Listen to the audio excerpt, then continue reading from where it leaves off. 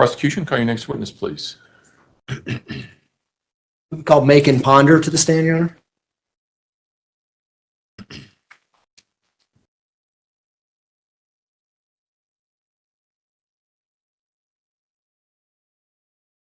Sorry.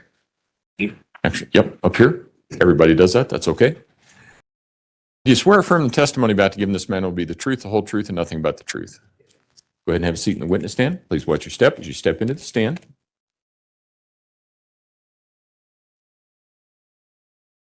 The chair does not move. Everybody does that. The microphone moves, but the chair does not.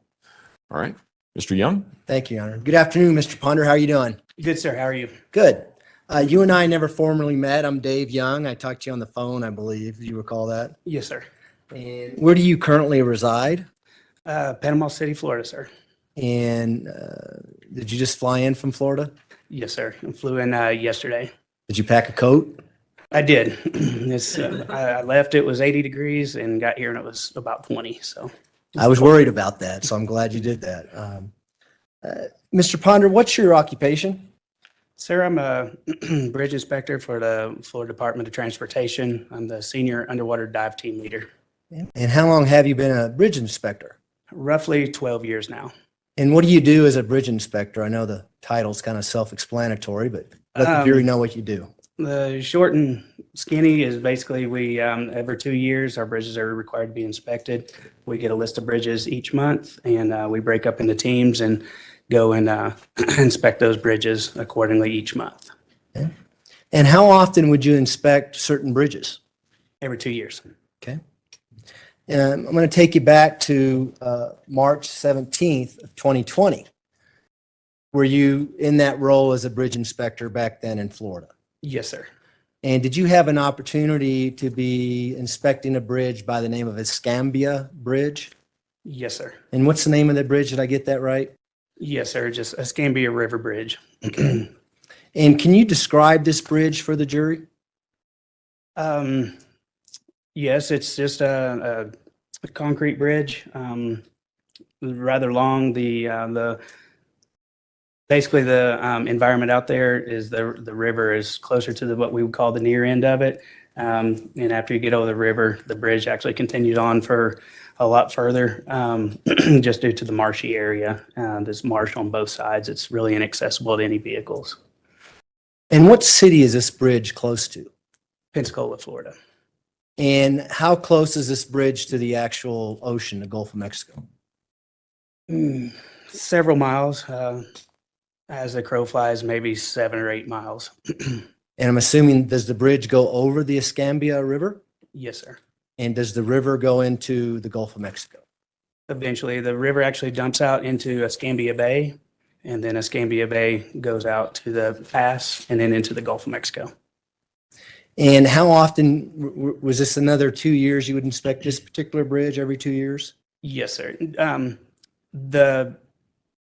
Our department for the state of Florida, we inspect bridges every 2 years on interstate systems and any state roads. They have some different stipulations on our county bridges, but our office only handles state highways and the interstate. So it would have been March of 2018 or approximately then when this bridge was inspected last. Is that fair? It would have been inspected 2 years prior in the month of March. Okay. It doesn't have to be on the exact day. And approximately how long is this entire bridge that you're inspecting? I would say roughly 12 to 1,300 feet. Okay. Is that the only part that covers the river, or does it, when you talk about this marsh area, does a bridge extend over a marsh area as well? Yes, sir. And so would that be miles or?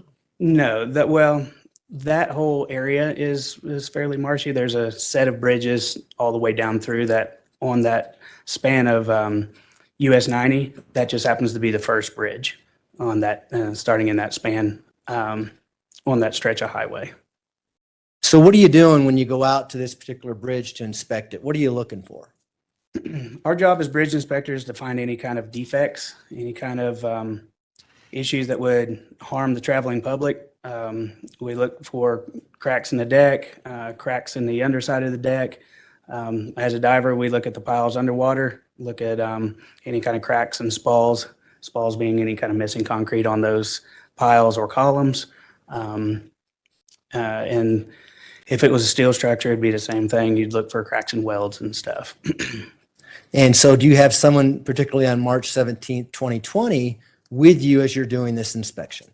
Yes, sir. We always go out as a team, primarily for safety, but also, we're always on the interstate or on busy roads. So we're always having somebody watch our back when we're taking the notes and watching out for traffic or operating a piece of equipment if need be while somebody else is taking notes.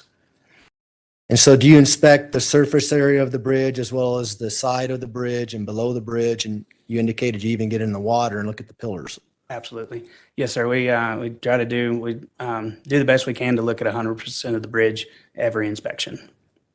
So could you please tell the jury about March 17, 2020? Did you locate something? Did you locate a suitcase underneath the bridge? Yes, sir. During that inspection, the particular bridge that we were inspecting requires an underbridge inspection machine. The particular machine allows us to gain access to the underside of the bridge due to the height and over water. As we were inspecting the underside of the bridge and we're coming to the end of it, my partner and I that were in the basket noticed a suitcase towards the end of the bridge, close to, it's kind of laying in a marshy area and a little bit of woods right next to the edge of the bridge. And we just noticed it down there. It was a point of interest when we got down there. We didn't look at it then. We just made a note to come back to it later on. And who was your partner? What was his name? Matthew Goins. And so when you first notice this suitcase, where are you and Mr. Goins at? When we first noticed it, to back up before getting into the piece of equipment, we also walk across the deck and take soundings at each pier on both sides of the bridge, and that gives us any indication of any settlement or anything that might be failing on the bridge. And that requires dropping down a measuring tape essentially with a weight on it and measuring the height up to the edge of the bridge to the top of the barrier wall. And when we looked over, the suitcase was right next to the edge of a bent where we were taking the measurement. Had it been in the middle of a bent or in the middle of a span, we may have not even noticed it. But because of its location, it was right next to where we dropped our profile tape, is what we call it, to take the measurement. We immediately saw it as soon as we dropped it down. And so I'm not a Navy guy. When you say deck, are you talking about the road area of the bridge where the vehicles go? Yes, sir. That's what we call the deck. We take our measurements at the top of the barrier wall. Anybody that's driven over a bridge, the concrete walls on the outside is where we take our measurements from. And so are you and Mr. Goins looking over the edge of the bridge and you see a suitcase directly down below? Yes, sir. What side of the bridge are you on, the eastbound lanes or the westbound lanes? We're on the eastbound lane and we were on the east or the right side of the structure. And so you note that there's a suitcase there, but then you go on with the inspection? Yes, sir. And tell us about that. Do you go all the way across the bridge and then work your way back, or how does that work? Well, generally when we're taking a profile, we'll start at what we call the near end, which for our reference is we work from west to east or south to north. In this case, we were working west to east. We started on the right side of the bridge heading east. When we finish that profile, then yes, we do turn back around and we work from east to west back to where we started. And that's when we get into the truck and start our under bridge inspection. And when you start your under bridge inspection, is that when you get back to the area where the suitcase is? It wasn't for, no, sir. It wasn't for probably roughly an hour and a half later, maybe even a little bit longer, because when we started the under inspection, we start back at the beginning of the bridge. Okay. And where we found the suitcase was almost at the very end of the bridge. And this bridge goes east and west, is that right? Yes, sir. So you're starting the undercarriage portion on the east side, working your way west, is that right? No, sir. We're starting on the the west end, working towards the east. Okay. And so, what happens when you get back to that area where the suitcase is? Because of the profile and the as the bridge, there's the hump in the bridge. When we got towards the end of the structure, the bridge starts to become lower, closer to the ground. And at that point, we didn't need the truck anymore, so we were able to lower the basket down to the ground line and get out, and was going to finish our inspection from there. And that's when we lowered down to the ground, we've remembered that we had seen the suitcase. We finished up our inspection and then went back to the suitcase. And why did you go back to the suitcase? Pure curiosity. Okay. And again, is Mr. Goins with you at this point in time as well? Yes, sir. So what happens when you get back to the suitcase? We got back to the suitcase, and where it was lying at kind of an odd angle, but the handle was towards the underside of the bridge. So I reached out for the handle and immediately noticed it was very, very heavy. And I looked back and remember telling Matt, I said, I don't know what's in this. I said, but it's heavy. I said, and where it was at, it had a possibility of being waterlogged. We didn't know if there was clothing or something in it. We just noticed that whatever it was probably waterlogged and saturated, just due to how heavy it was. And I imagine you get a lot of rain in Florida. Yes, sir. Do you get a lot of rain in the months of February and March? We can. March normally is fairly rainy season, but again, where the suitcase was really right at the edge of the marsh, and depending on tide, you don't necessarily have to have a lot of rain for that area to be influenced by tide. Okay. So you, Mr. Goins, get up to the suitcase. You said it appeared to be heavy. What happened after that? Because of where it was at, it was very, very marshy and muddy. We, of course, didn't know what was in it, but underneath the bridge where it was at was very flat and sandy. And we kind of like made a decision, let's pull it out of the mud and pull it underneath the bridge where it was flat and sandy, and whatever it was in it, we'll just open it there rather than in the muddy marsh, just a lot of sticks and stuff there. So we pulled it underneath the bridge. And what did you open it? Yes, sir. Tell us about that. I was the first one to unzip it. And before we opened it, as soon as we unzipped it, we immediately noticed the smell. That's what hit us first. I remember looking up at Matt, who's quite a bit taller than me. And I said, Matt, I think there's something dead in here. And unfortunately, we do come across, sometimes somebody will throw out a litter of puppies or something in a bag, and that's not uncommon. And it smelled, but it was so strong. It was different that day. So I didn't initially open it, and we kind of thought about what we were going to do first. When we finally went ahead and unzipped the rest of it, the smell was so overpowering. We kind of took a step back. And the first thing I remember seeing was just 2 little feet, and that had little football socks on them. The best I remember, I remember there being little socks on them. And before anything else happened, we couldn't really make out what it was. Matt dumped the suitcase over, and of course we initially immediately knew it was a body. But after looking at it, it was we couldn't tell male or female, boy or girl. We didn't know. A lot of black hair. And then I turned away. What was the size of this suitcase? Do you remember? Roughly the size of a checked bag. It wouldn't have been it was too big to be a carry-on, but roughly the size of an older checked bag suitcase. And was there anything else in the suitcase besides the body? Lots of blankets. There may have been a pillow or something. I just remember a lot of bedding in there and blankets. It was kind of the body was in a fetal position and partially wrapped up. So we couldn't tell a whole lot until we dumped it out. And again, I turned my head, What did you do after that? walked away. I immediately said, we went ahead and called the inspection right there. I didn't have my cell phone with me. Matt did at the time. He's a volunteer firefighter and he's dealt with some of this stuff. And I was very thankful to have him there. We immediately dialed 911 and got them on their way. And then I walked up back to the top of the bridge and talked to our truck operator and told him kind of what was going on, that, you know, they were shutting it down. And then just waited for authorities to get there. Okay. And did members of the Santa Rosa Sheriff's Office eventually show up? Yes, sir. And did they interview you and Mr. Goins and process that scene as it was theirs? Yes, sir.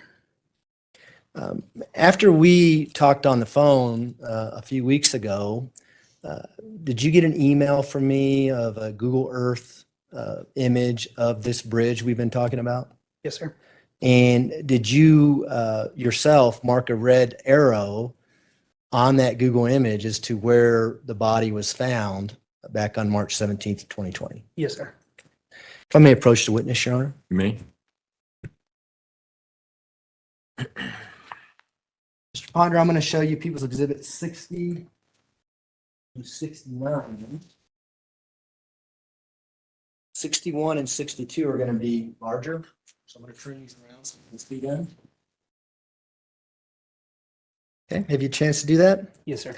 Do you recognize those photographs? Absolutely. I want to start with People's Exhibit 60. Is People's Exhibit 60 one of the Google Earth images I sent to you? Yes, sir. And does that accurately depict the Scambia Bridge, River Bridge, as you knew it back on March 17th, 2020? Yes, sir. Do all the photographs that I've given you, including the two ones that are on boards here to your left, accurately depict that bridge as it looked like on March 17th, 2020? Yes, sir. At this time, I'd move to admit People's Exhibit 60 through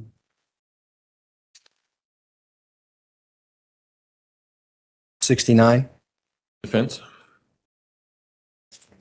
Exhibit 60 through 69 will be admitted. Go ahead.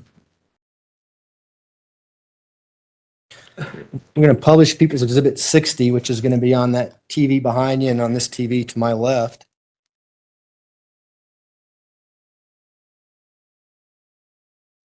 All right, let's look at People's Exhibit 60 here on the TV screen. Is that the Google Earth image we talked about earlier? Yes, sir. Could you just describe the bridge as we're looking at it on this television? In what way, sir? Well, let's see. If I can approach you on it. You may. Used to be a pointer up here. We're old school here. So we use these things. Okay. Can you just kind of point out the direction of the bridge? If we see the river in this image? So this is the Scambia River here. Our inspection would start on the west end here and work towards the east. Each of these concrete piers you can see here is what we call vents. And that's where earlier, as I explained, taking the measurements from. So that's each of those that we stopped at is where we take our measurements from, working from the near end or the west, working towards the east end. Also, as I was saying, that from the river forward, this area out here is marsh. It is over here really is also, and actually it's just very inaccessible to, except for there's a little service road here. Doesn't really go anywhere, but there's even some boats and stuff still left out here from previous hurricanes that nobody can get to. And so I'm assuming that's not a populated area. No, sir. Maybe some wildlife. Probably lots. Okay. Are there any lights on this bridge? I don't believe so. I don't remember. A lot of times the channel is lit. There is a fender system there that would have been lit in the evenings, but I can't remember if there's lights. I want to say there is. It's pretty dark out there, and And I'm pretty sure there are light poles on there. Actually, now that I come to think of it, because as we use our machine, we have to come up and over each of those, which is kind of a pain. But yeah, actually, I do believe there it is lit, sir. Okay. And as you're driving across this whole area, the marshy area here, if it's at night, would you know whether or not water would be underneath the bridge or not? If you were unfamiliar with the area, no. I would say somebody who's driving across it that had never driven across it before and didn't know the area, you wouldn't think you were out of the water or over the water until you got back onto the pavement. Where this is a concrete bridge, and you can see where the concrete ends and the pavement begins. You're still actually elevated all the way up to the end of the bridge, elevated off the ground. And now below that TV there, I put up People's Exhibit 61. Do you recognize that one? Yes, sir. And is that the exhibit that you emailed back to me with the red arrow on there? Yes, sir. And please tell the jury what we see in that exhibit using that pointer. The arrow marks approximately where Matt and I found the suitcase that day. It's a little hard to see in that in the picture. But you can kind of see again where the vents are, the lines in the road, and it was one of the measurements right here.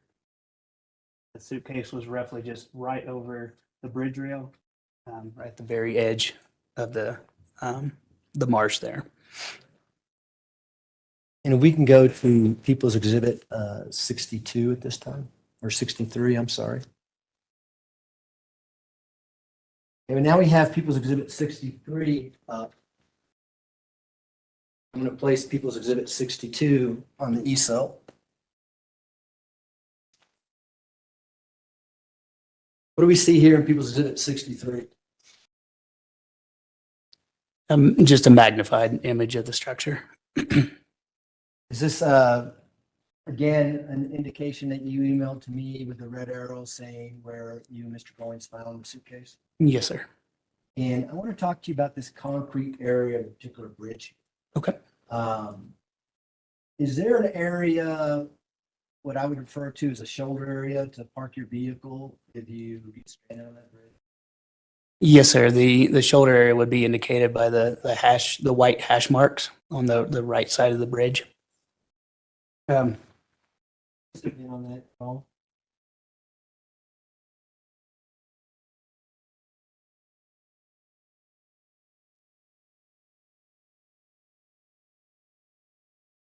If not here, this is there There we we go. go.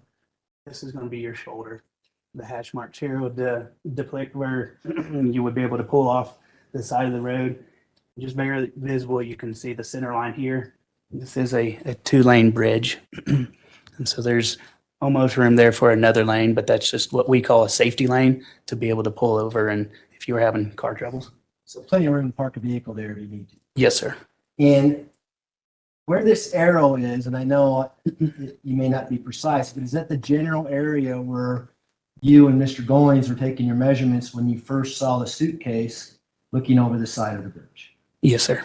It was directly below what you called, was it the barrier? What we would call a bent, and that's basically just the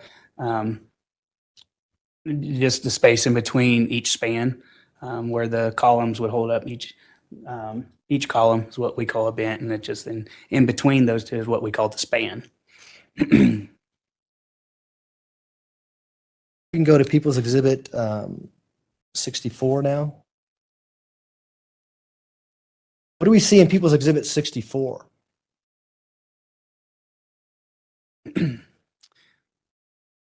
A picture appears to be looking on that is taken on the westbound bridge, and that is in the safety lane of the westbound, which would also be though on the far end of that structure.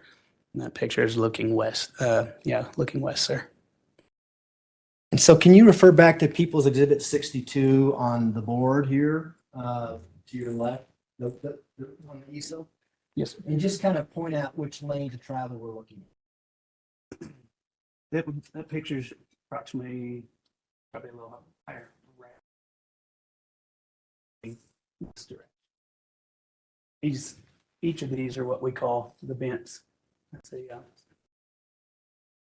So could you have access to get underneath the eastbound lanes by pulling over in this area, walking underneath? You would have access, but it'd be very difficult to access that area.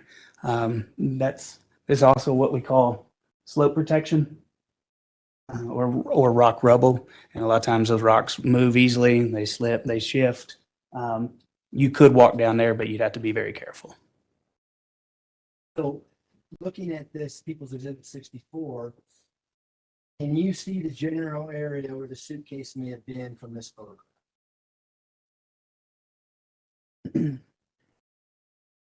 To the best of my knowledge, that's a little further past where we found it. The suitcase would have been further east. No problem. Let's go to People's Exhibit 65, please. Now, what do we see in People's Exhibit 65? Where the suitcase was found. Now, is this where you, Mr. Goins, pulled it out to and emptied the contents? Yes, sir. Could you use your pointer and just point out where the suitcase is in this image?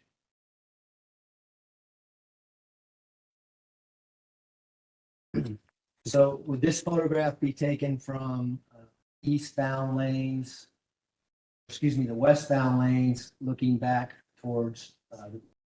Yes, sir. We can go to People's Exhibit 66 now. What do we see in People's Exhibit 66? Again, where the suitcase was opened. And can you point out the general area of where you and Mr. Goins pulled the suitcase out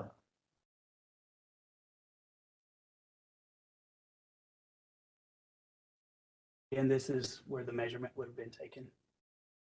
Able to, why we noticed where it was at, because it was right over next to the edge of the. And just so the record's clear, you said the measurements were taken where we see the pillars for the bridge. Yes, sir. So you would have been looking down directly off the edge of the bridge where those pillars are. Yes, sir. And the suitcase would have been located to the right of the pillars as you're looking down. Yes, sir. And about how many feet, again, estimate, did you guys pull that out of that marshy area to its right? I would say roughly 10 feet, maybe not even that far. It was almost directly below the barrier rail. And when you moved the suitcase, did it leave an indentation in the ground?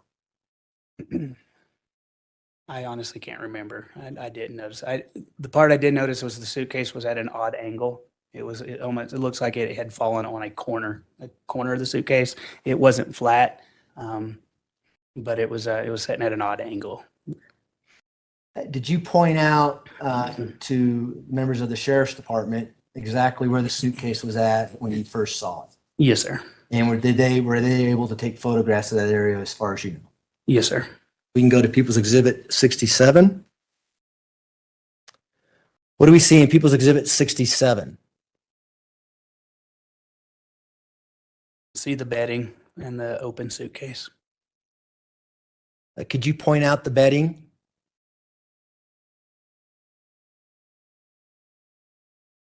And was the body wrapped around this bedding? Yes, sir. And that's where you left it when you went to go call 911? Yes, sir. We go to People's Exhibit 68, please. What do we see in People's Exhibit 68?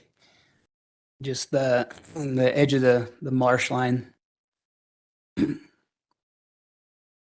Is this area consistent where the suitcase may have been when you and Mr. Goins pulled it out? Yes, sir. We go to 69. You recognize this? Yes, sir. And what is this? Just again, right there where the suitcase was found. And you can see, and I don't know how long it had been there, but the bushes and stuff are pushed to the side.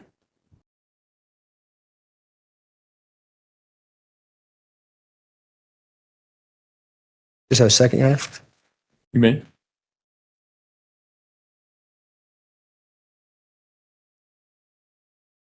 Those are my questions. Thank you, Mr. Ponder. Cross-examination, Mr. Cook?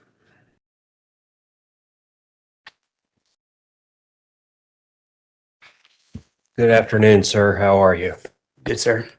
My name is Will Cook, and I represent the defendant in this case. I'm going to ask you some follow-up questions.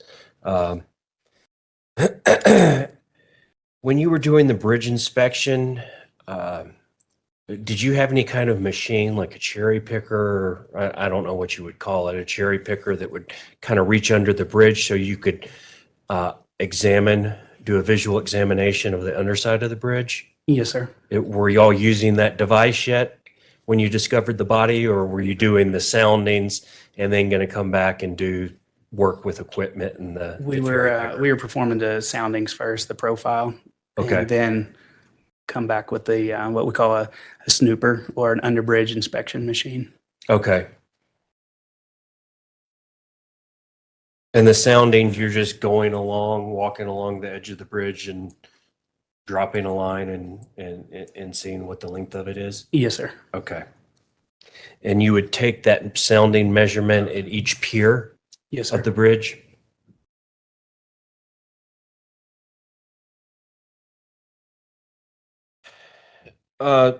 Does some of the areas where it looks like the bridge is elevated, I guess by definition a bridge is elevated, but is that because the river will sometimes flood up and that will be actually, instead of land or ground, it'll be flood water underneath the bridge? Yes, sir. Okay. Does that happen every year, or is that like 100-year flood, 50-year flood, something that happens every spring or summer, or just It depends on the weather? depends on the weather, how much rain we've had.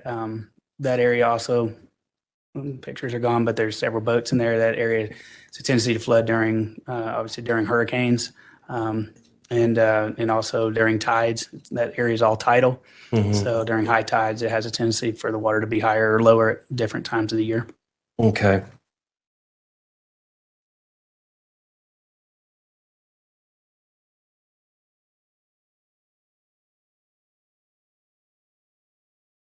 Now, on Exhibit 60, that was on the board, it looked like on the other side of the river from where the body and the suitcase were found, it looks like there's a smaller river or tributary of the Escambia River.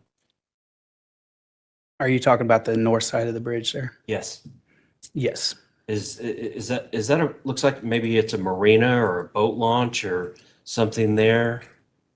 It doesn't have it on that one. May I approach the witness, Your You Honor? may, sure. So, yeah, it's not very clear here, but it was very clear on the latch thing. Is there a marina or settlement or something like that there? It is a marina, sir. I was unclear of where you were talking about that. I'm sorry. That's why I approached. Is that a permanent marina where people keep their boats all the time? Yes, sir. It's just a small tributary that runs back up. I don't believe it goes to the north just a little bit. There's a little marina on that side of the bridge as well. There's actually a marina on both sides, the north Okay. and south side of the bridge.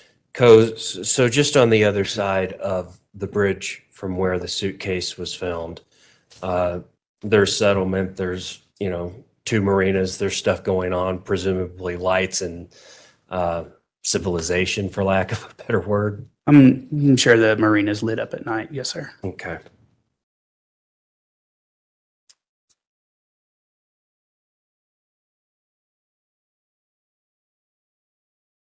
And you had mentioned the suitcase was very heavy and seemed waterlogged.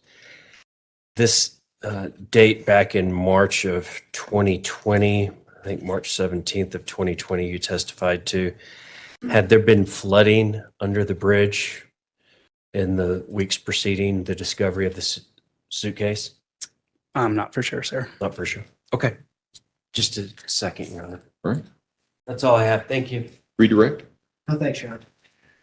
Do any of the jurors have any questions for Mr. Ponder? All All right, thank you, sir. You may step down. Thank you, Your Honor. Court will recall 20 CR 1358, People versus Letecia Stauch record should reflect the jury has returned to the courtroom. Prosecution, call your next witness, please. Thanks, Judge. We would call Jason Yoder to the stand.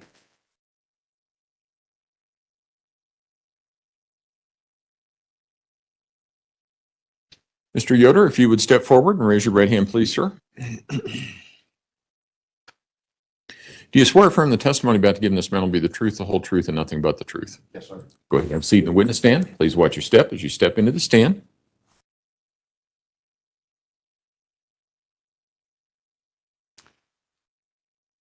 In prosecution, it looks like there are still some exhibits on the witness stand. I didn't know if you were planning on using They're them. the ones for him, Your Honor. Okay, all right. Thanks, Judge.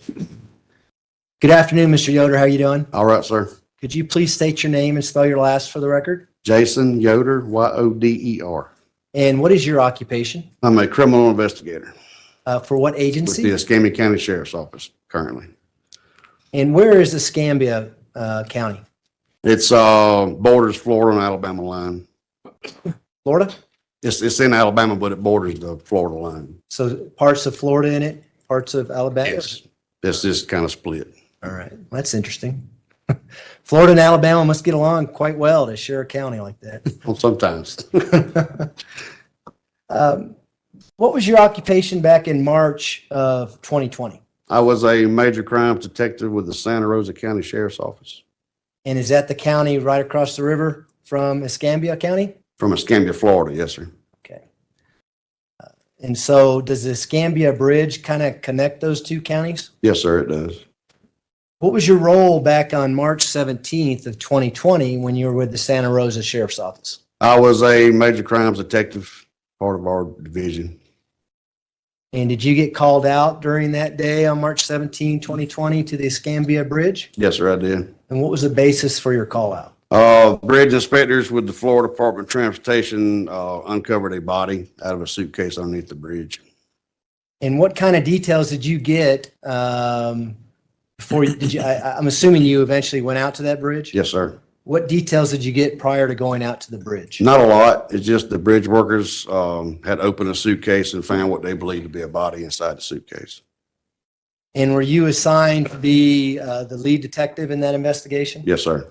What did you do when you got out to the bridge? Called our crime scene unit. Our crime scene unit began to process the scene. I observed them do their thing, coordinated with other detectives doing different interviews.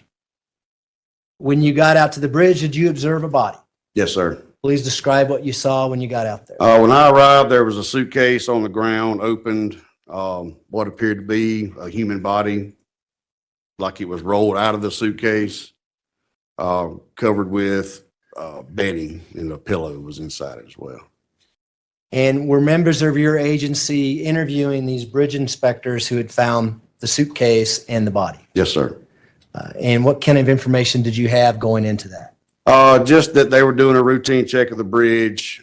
They discovered a suitcase in the wood line, drug it up under the bridge, opened it, and discovered the body inside the suitcase.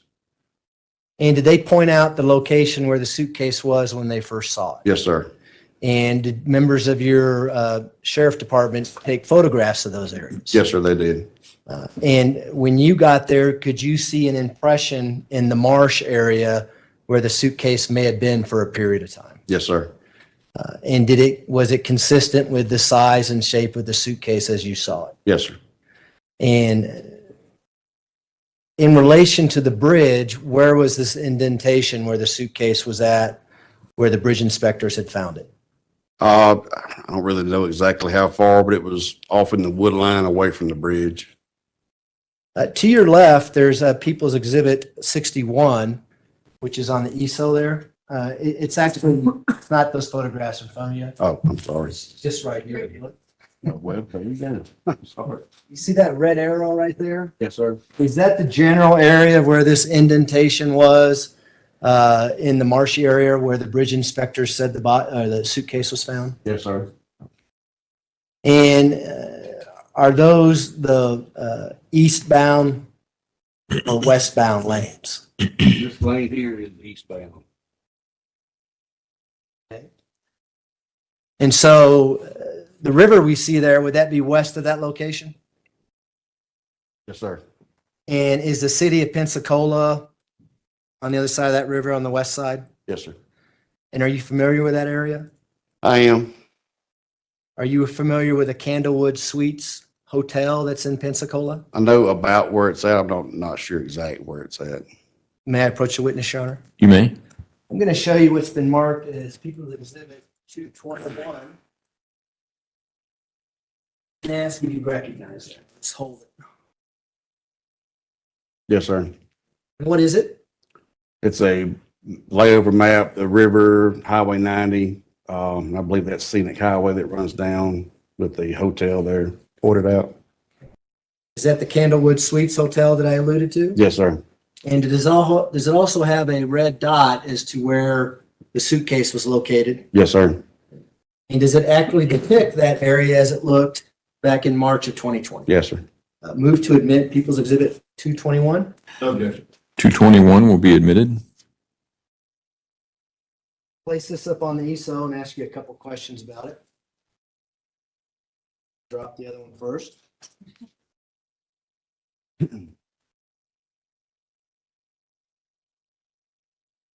there's a pointer just behind it. You see that? Sir. Could you go ahead and point out where the bridge is and the indicator where the suitcase was found? And the general area of the city of Pensacola? Parts really after the bridge. Parts of it. And the Candlewood Suites Hotel? Yes, sir. It's all Pensacola city limits. And is there a direct route to that bridge from the Candlewood Suites Hotel? Yes, sir. Come down Highway 90, and off of Scenic Highway, I believe that's what that route. Take you right to it. You got to speak a little louder. I'm sorry, Mr. Yoder. Oh, I'm sorry. This is Highway 90. Huh? And I believe this is going to be Scenic Highway, if I'm not mistaken, and Scenic Highway should run to the hotel. May I approach again, Your Honor? Just You may.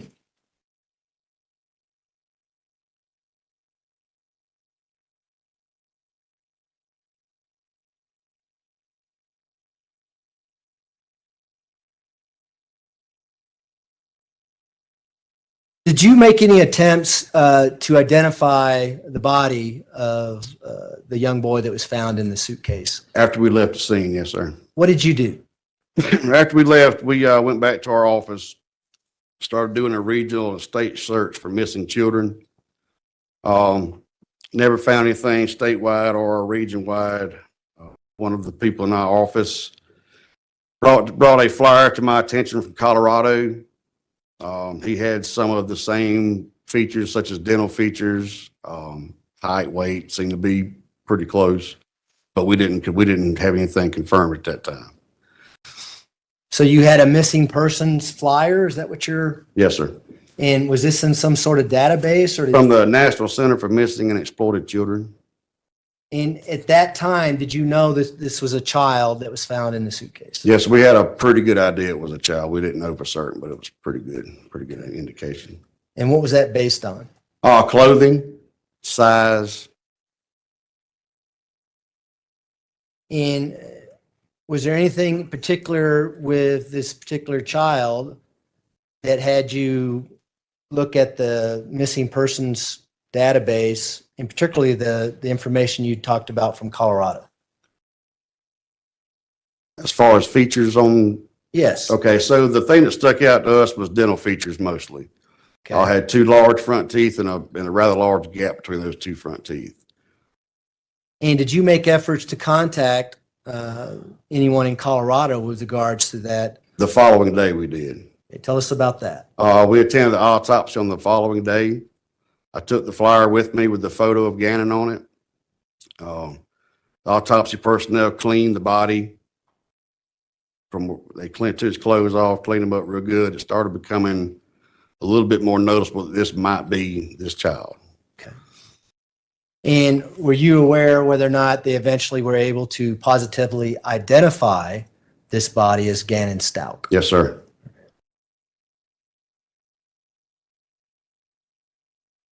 There's a series of photographs there in front of you. It's People's Exhibit 70 through 76.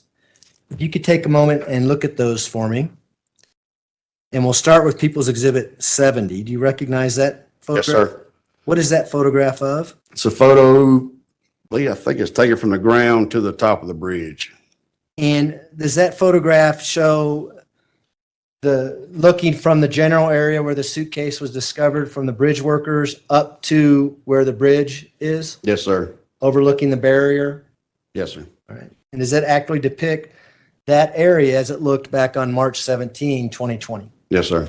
Move to admit People's Exhibit 70. No objection. Exhibit 70 will be admitted. Go ahead. What do we see in People's Exhibit 71? This is the bedding that was located in the suitcase along with the body of Gannon. And does that look, or does it actually depict what you saw out at the scene on March 17, 2020, when you got out to the scene and the body of Gannon Stauch was there next to the suitcase? Yes, sir. Move to admit People's Exhibit 71. No objection. 71 will be admitted. Go ahead. What is People's Exhibit 72? This is the flyer that was brought to my attention. Okay. And does that actually depict the flyer as you saw it back on March 17, 2020, when you were looking in the database or trying to discover who the body was at that point? Yes, sir. Move to admit People's Exhibit 72. No objection. Exhibit 72 will be admitted. Were you also present at autopsy on March 18, 2020, when the blankets and pillow were photographed from the suitcase that was recovered from the bridge? Yes, sir. And I'll start with People's Exhibit 73. What is People's Exhibit 73? This is part of the bedding and the blanket that was found inside the suitcase. 74? Another piece of bedding that was also located in the suitcase. And 75? This was the pillow that was located inside the suitcase. And 76? Another blanket that was located inside the suitcase.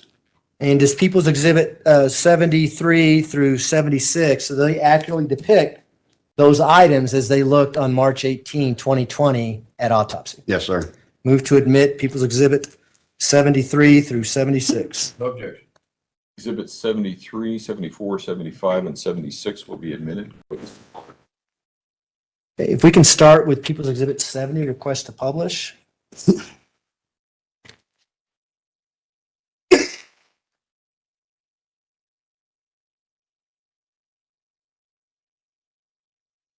We see People's Exhibit 70 there?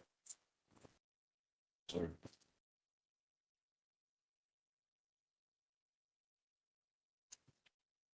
I'm going to place 61 back up on the easel. In People's Exhibit 70, and red arrow we see on People's Exhibit 61, would this be looking directly up at the bridge from where the suitcase was discovered? Yes, sir. And is that the barrier we're talking about that kind of protects the side of the bridge there? Yes, sir. From what we see here, would it be consistent with a suitcase coming over the side of that bridge where the suitcase ended up? Yes, sir. We can go, we're going to go to People's Exhibit 72 now. I'm sorry, 71. What do we see in People's Exhibit 71? The bedding and the body that was located inside the suitcase. And is that the Gannon Stauch that you referred to earlier? Yes, sir.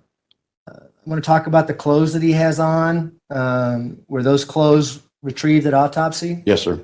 And are those, what are those? The pants? Let's start with. Oh, they look kind of like jogging pants. It's like an athletic top and some socks with footballs on them.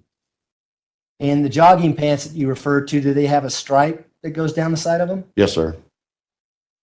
And is this the bedding that you referred to that was also in the suitcase? Yes, sir, it is. Okay. If we can go to People's Exhibit 72, please. What do we see in People's Exhibit 72? This is the flyer that was brought to my attention in an attempt to identify this body that we had. And you made reference to dental observations. Yes, sir. Could you talk about that? A noticeable gap in a rather large two front teeth. They're noted in these pictures, matched up with the body that we had under the bridge. And you talked about contacting people in Colorado. Do you contact people with the El Paso County Sheriff's Office? Yes, sir. It was the sheriff's office. And did you let them know that you found a body out in Florida on March 17? Yes, sir. We explained to them, kind of described what we found, like the blankets and the body, stuff like that. Thought this might be Gannon. And then we went from there. And then is that when efforts were made to positively identify him? Yes, sir. We can go to People's Exhibit 73, please. What do we see in People's Exhibit 73? This is one of the blankets that was located inside the suitcase. And did you eventually make reference to these blankets and the pillow and things like that to the members of the Sheriff's Department in El Paso County? Yes. And was this evidence eventually transferred back to here, El Paso County? Yes, sir, it was. We can go to 74 now, please. What do we see in People's Exhibit 74? Also another blanket that was located inside the suitcase. Would this be the other side of what we saw in People's Exhibit 74? Sorry. Yes, you are correct. Yes, sir. So it's one blanket, two sides. Two right? sides, right, correct. How about People's Exhibit 75? This is the pillow that was found inside the suitcase. And were you present when this pillow was x-rayed? Yes, sir, I was. Okay. What was located inside this pillow? Do you recall? 2 projectiles, 2 bullet fragments.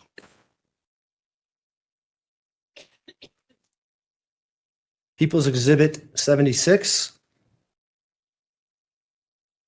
What do we see in People's Exhibit 76? The other blanket that was found inside the suitcase.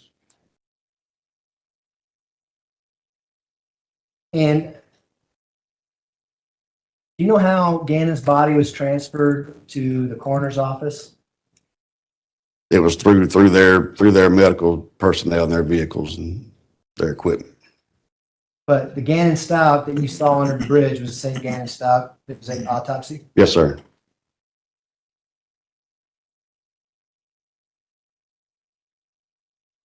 Those are my questions, Your Honor. Thank you. Cross-examination, Mr. Tellini. I'm good, sir. How are you?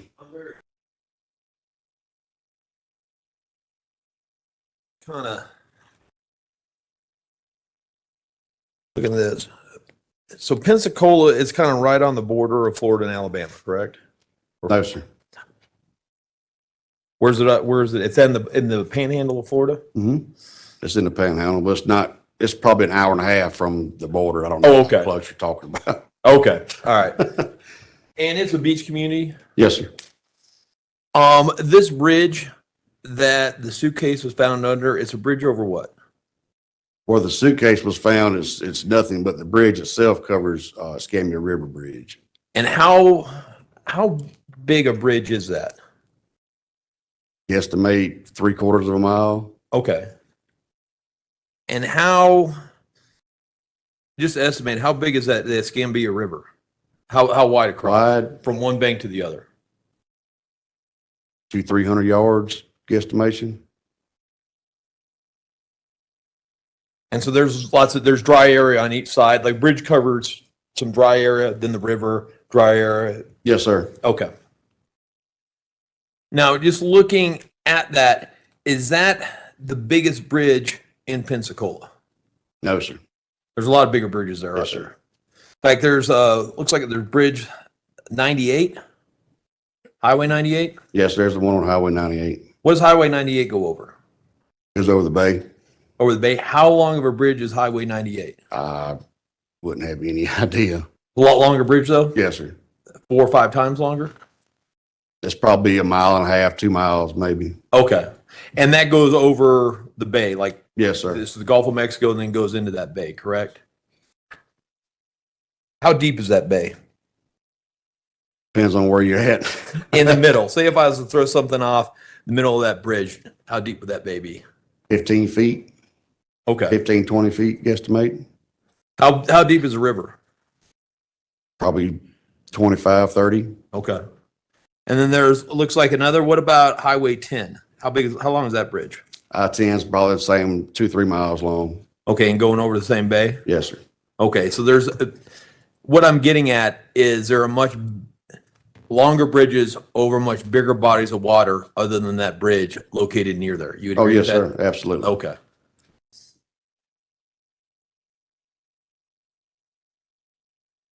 I also noticed, did you take DNA from anybody?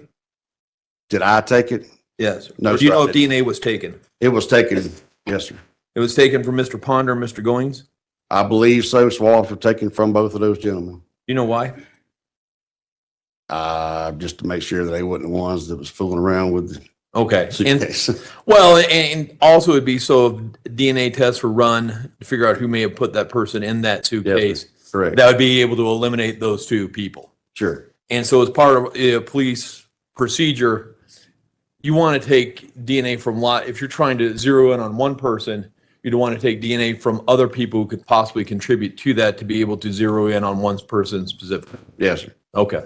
No further questions. Prosecution, redirect. I want to talk about this Escambia River Bridge. You're quite familiar with that bridge? Yes, sir. You travel that quite frequently? Yes, sir. Any lights on that bridge? No, sir. Pretty dark at night? It is. And is there room, particularly where this suitcase was found, to park a vehicle? There, both of the lanes are 2 lanes on each way. There's also in like an emergency pull-off lane on the side of the bridge, so flat tires or whatever. That's the only place that you could pull over without getting ran over on that bridge. And these other bridges that council alluded to, are they heavily traffic bridges? Yes, sir, they are. I-10, Yes, sir. is that a spot where you could park and dump a suitcase at the bridge? It has the same pullover lanes as the rest of them do, yes, sir. But there might be more traffic in the Escambia River Bridge? Depends on time of year. The time of day, time of year. What about 4 o'clock in the morning on February 4th, 2020? Probably not a lot of traffic, I wouldn't guess. Would there be any traffic on the Escambia River Bridge at that time? Probably very minimal. Those are my questions, Your Honor. Thanks. Do any of the jurors have any questions for Detective Yoder? No? All right. Thank you, Detective. You may step down. No, thank you.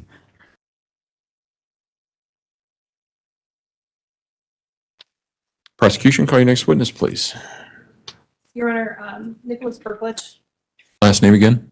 Berklich. Okay.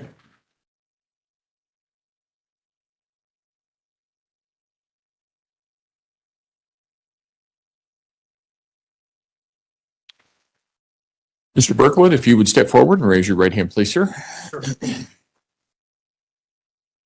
you swear affirm the testimony about to give in this matter will be the truth, the whole truth, and nothing but the truth? Yes, sir. Go ahead and have a seat in the witness stand. Please watch your step as you step into the stand.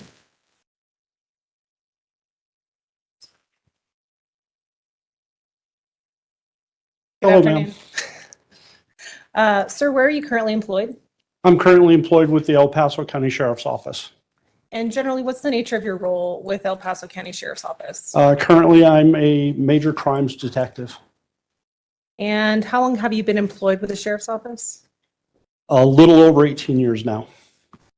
And in January into 2020, what was the nature of your role with the Sheriff's Office? At that time, I had just joined the major crimes unit, probably about 3-4 months prior. And as it relates to the nature of your work on the case that you're here before today, was part of your role assisting in the collection of various items of evidence? Yes, ma'am, it was. And in the collection of those various items of evidence, are you responsible for logging them in or processing them in some way? Yes, once they get collected, we we either put it into temporary storage at the evidence facility, or we go ahead and process it in, depending upon what else is happening.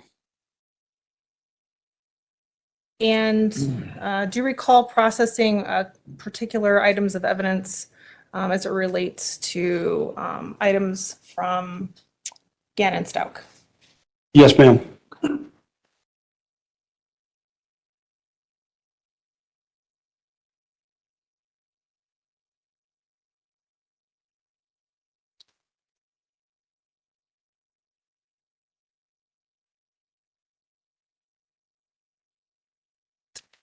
You're under permission to approach the witness with what has been marked as People's Exhibits 182 and 183. Go ahead.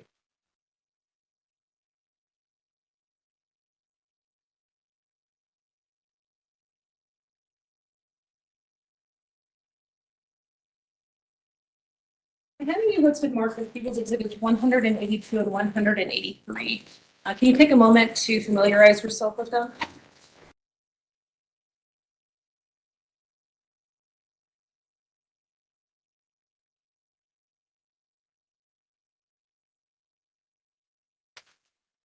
Yes, ma'am. Do you generally recognize what they are? From the description, yes. Okay. And based on the description and the processing of how you process evidence, can you explain to the jury how a description is associated with an envelope, for example? There's a program that we have that we use for processing the evidence in. You type in the name of the item and then a brief description of what it may be. Then it automatically generates a number for us. Okay. And in conjunction with those particular items, People's Exhibits 182 and 183, were you part of the processing or collection or logging into evidence of those particular items? Yes, I was. And if you would, there are some gloves next to you and scissors. And I'll ask you to open up to start People's Exhibit 182, leave the item in the envelope so that you have an opportunity to look at it and identify it. Leave it in the envelope? Yes, Okay. for now. And that was, you said 182? Yes, sir.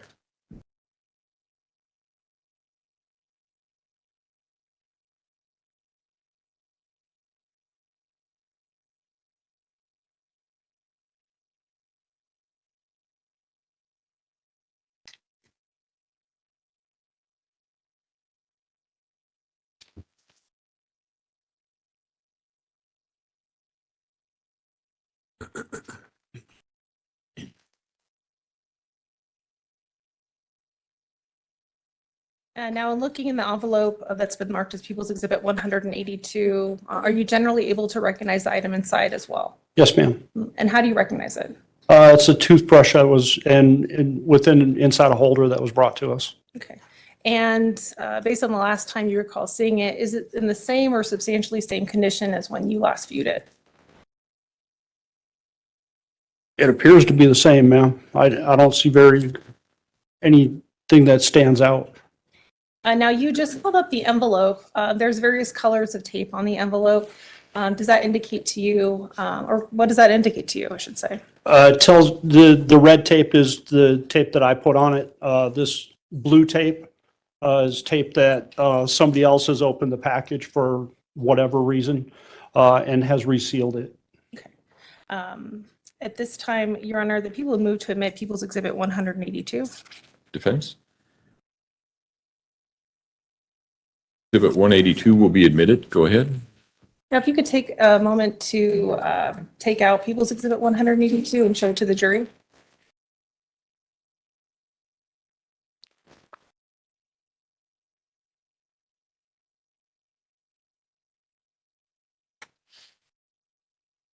Do I need to take the cap off? No, that's all right. Okay.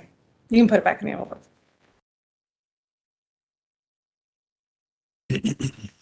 In terms of People's Exhibit 183, I will ask you to do the same procedure. If you want to switch out your gloves, you can do that as well if you'd like. Switch mount? Mhm.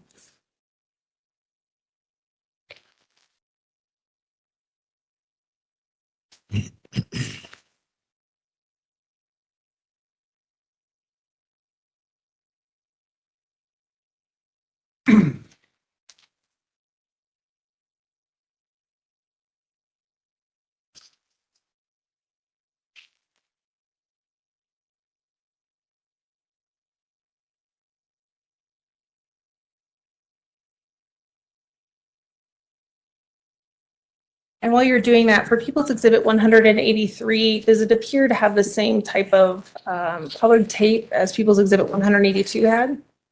The red tape, yes, but not the blue. Okay. And is the red tape something that you placed there? Yes, ma'am, it is. All right. And if you would take a moment to open up People's Exhibit 183, look at it.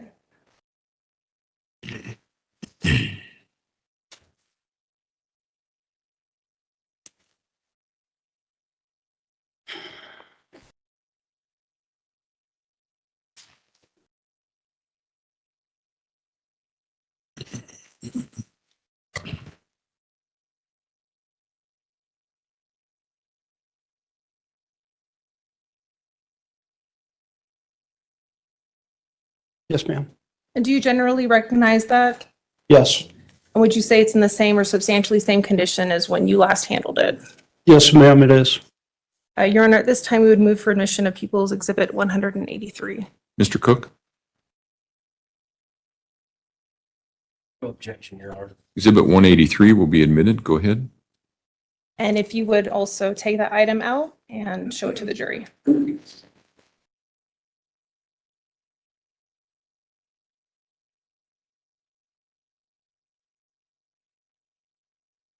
Now, in conjunction with your collection and logging of this particular item of evidence, were you assisting other law enforcement officers that day? Yes, ma'am. And as the information was relayed to you, who do those particular items belong to? People's Exhibit 182 and 183. I was told that they belong to Gannon Stauch. In conjunction with your work on the case, you were also present at a residence as well. Is that right? At where? At a residence, at Gannon's residence. Yes, ma'am. And what was the address of that location?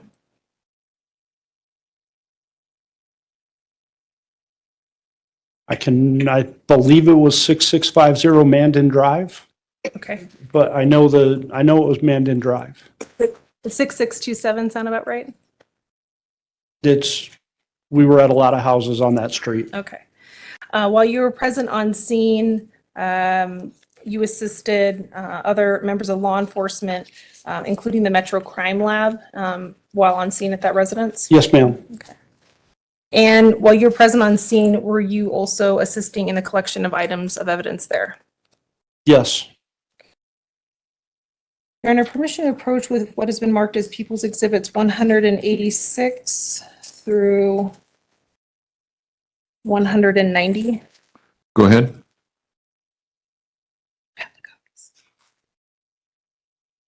186 through 190.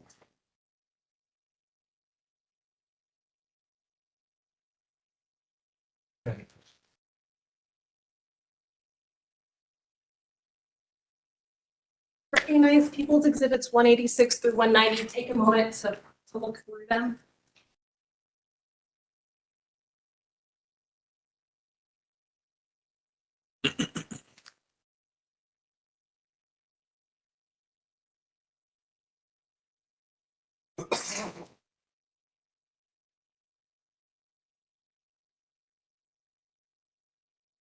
Yes, ma'am. Right. And do you generally recognize those exhibits? Pardon me? Do you generally recognize them? Yes, ma'am. And how do you recognize them? They were articles, items that were pointed out to us by Mr. Stauch that were, he found in the dishwasher. They're scrub brushes, scissors. The brushes appeared to have some type of carpet material or something on it. And are they fair and accurate representations of what you saw and observed that day? Yes. Your Honor, at this time, we would move for the admissions of People Exhibits 186 through 190. Mr. Cook? No objection, Your Honor. Exhibits 186 through 190 will be admitted. And you're under permission to publish. You may.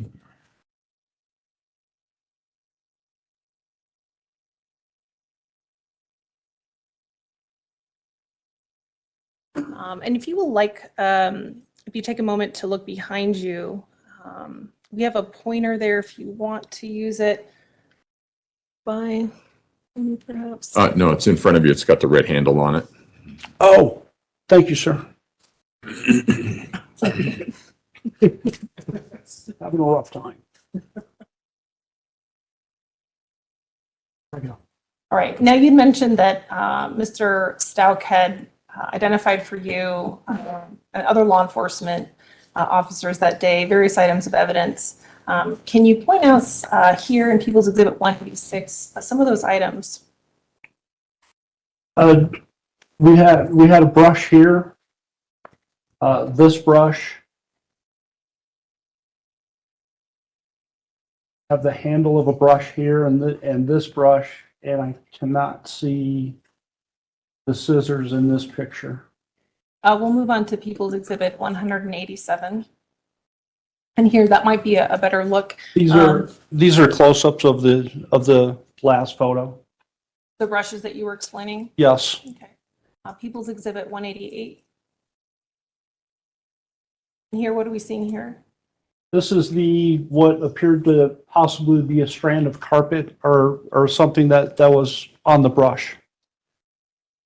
People's Exhibit 189. And here? Again, strand of whatever type of material that is, and then we have 2 pairs of scissors there. 190. Those are just close-ups of the other brushes.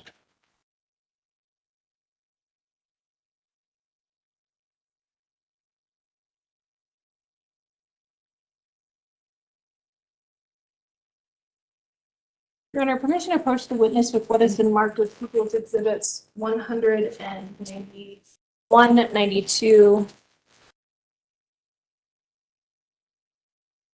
193, and 194. So 191 through 194. Yes, Your Honor. Okay, go ahead.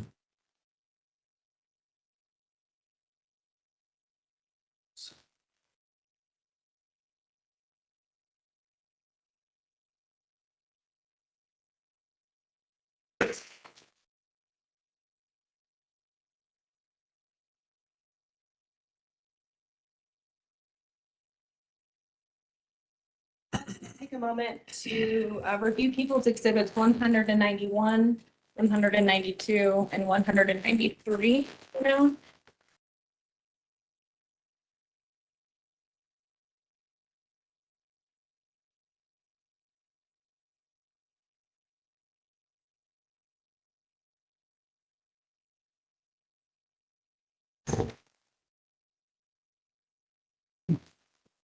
Yes, ma'am. And do you generally recognize those? From the type description, yes. Okay. Now you mentioned before that part of the processing includes creating labels with descriptions on them. Yes. Okay. So we'll start with People's Exhibit 191. What does that appear to be to you based on your handling of that item? Pardon me, ma'am? Based on your handling of that item, what does that appear to be to you? A Brillo scrub brush. And People's Exhibit 192.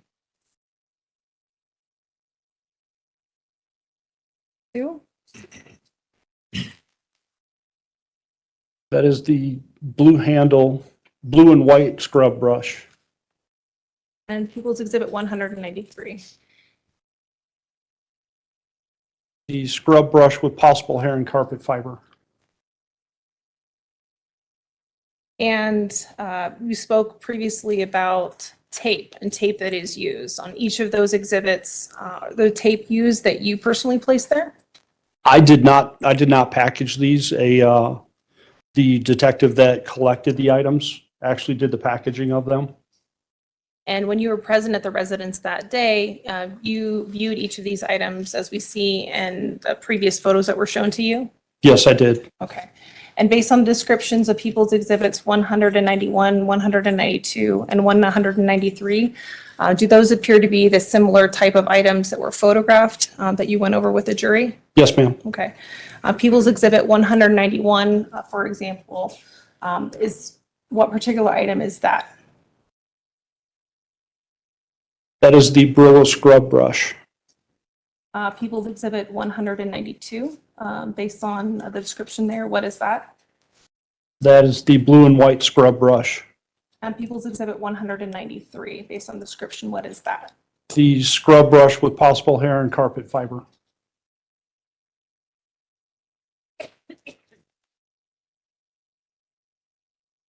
And based on the nature of the packaging, were you present with other law enforcement officers when those items were packaged, for example? I do not believe I was present when they packaged them, no. But you were present for the collection of those items? Yes, ma'am. I'll ask you to cut open People's Exhibit 191.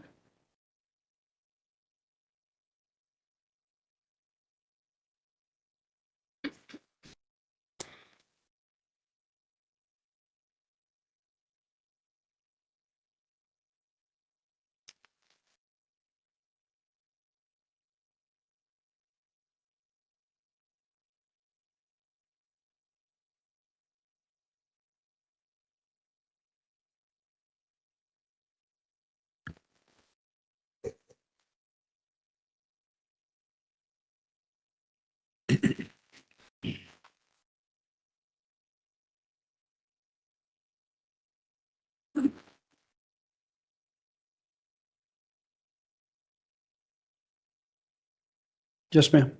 And do you recognize what's inside of that bag, People's Yes. Exhibit 191? Yes. Is it in the same or substantially same condition as when you last viewed it on the day it was collected? It appears to be yes. Your Honor, at this time, we would move to admit People's Exhibit 191. Mr. Cook, No objection, Your Honor. Exhibit 191 will be admitted. I'll ask you to do the same with People's Exhibit 192. With 192? Yes.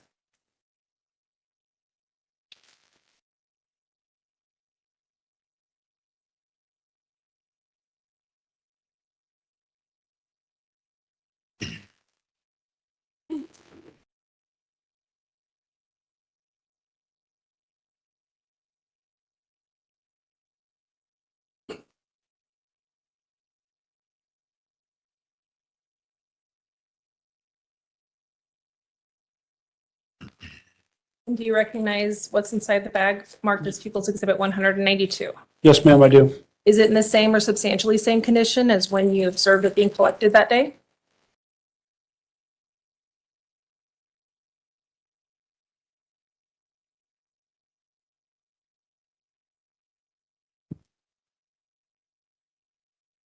I do not recall seeing, it looks like there's writing on the handle. I do not recall seeing that when it was collected. Aside from the writing being present now, otherwise, is it otherwise appear to be the same Yes. object? Yes. Your Honor, at this time, we would move for the admissions of people, Exhibit 192. Mr. Cook, No objection. Exhibit 192 will be admitted. And the same with 190.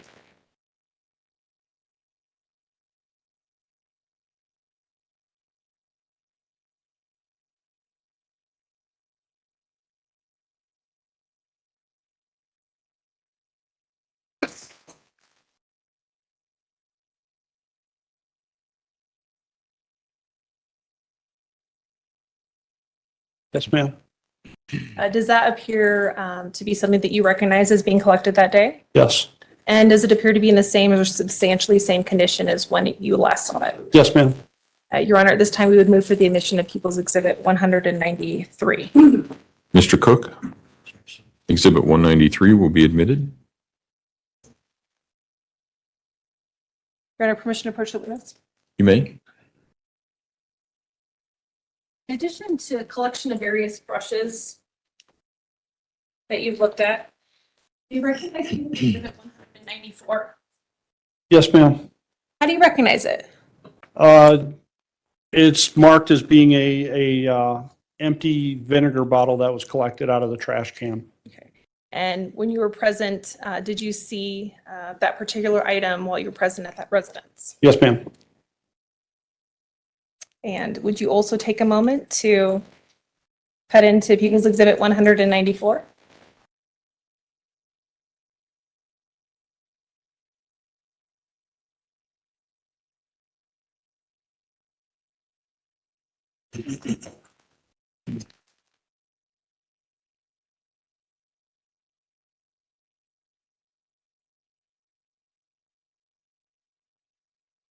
And again, do you recognize that? What's Yes, inside the bag?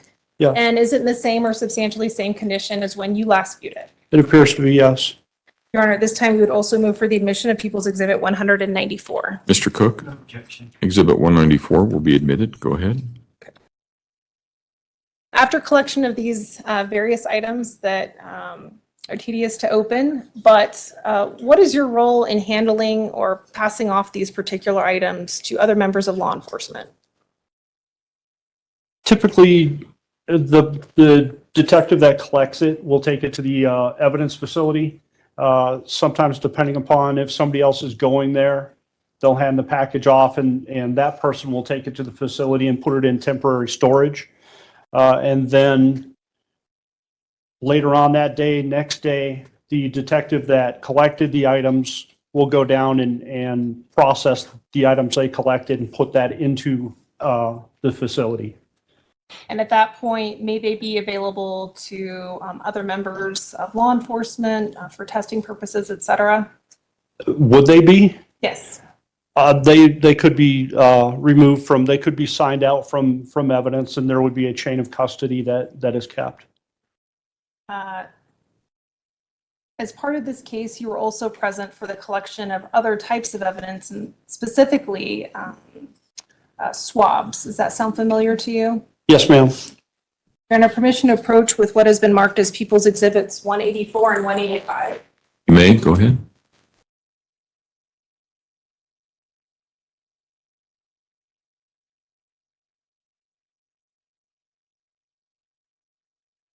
Do you recognize People's Exhibit 184 and 185? Yes, ma'am, I do. How do you recognize People's Exhibit 184? They were buccal swabs that were taken from Mr. Stauch and Miss Stauch. And just Or Miss- Hyatt, I'm sorry. specifically 184, what swabs are those identified as belonging to? These are from Mr. Stauch, And People's Exhibit 185. are from Landon Hyatt. And in terms of the collection of those swabs, were you present when those were collected? Yes, I was. And did you observe them being collected? I actually took the swabs. All right. And we see there appears to be some tape on there as well, those particular envelopes. Yes, ma'am. So as part of your processing of that, is that tape that you placed there? The red tape is, yes. Okay. And No, go ahead. I'm sorry, I did not package these. I handed those off to, after putting them in the package, I handed those off to Deputy Montville, and she's actually the one that sealed the envelopes. Now, in terms of, we mentioned some words that maybe not everyone is familiar with, but what is a buccal swab?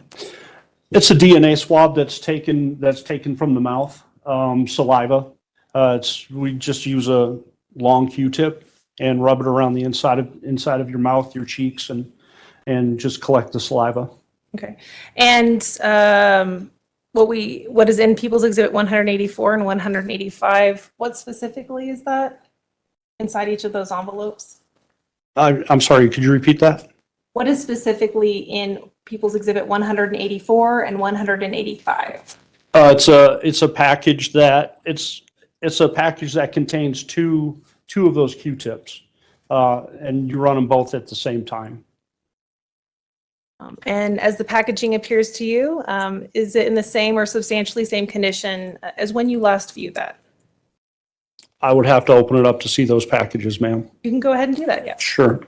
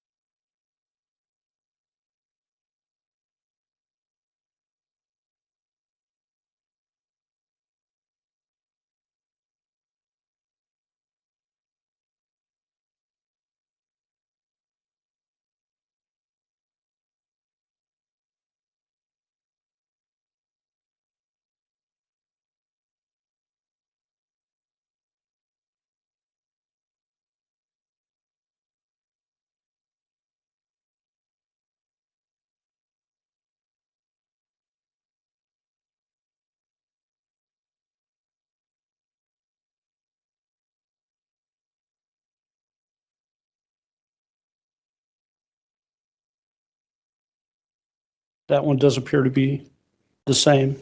And just for the purposes of the record, are you specifically referring to People's Exhibit 184? I'm sorry. Yes, I am. All right, thank you.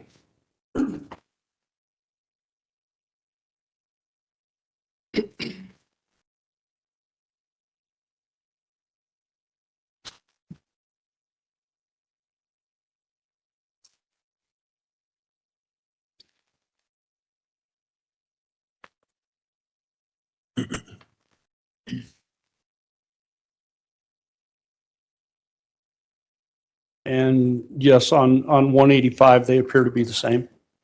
Your Honor, at this time, we would move for the admission of People's Exhibits 184 and 185. Mr. Cook, No objection. exhibits 184 and 85 will be admitted.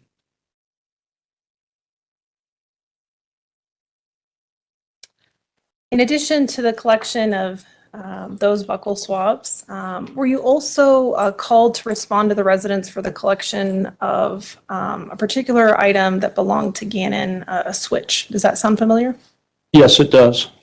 Do you recall exactly when you responded that day?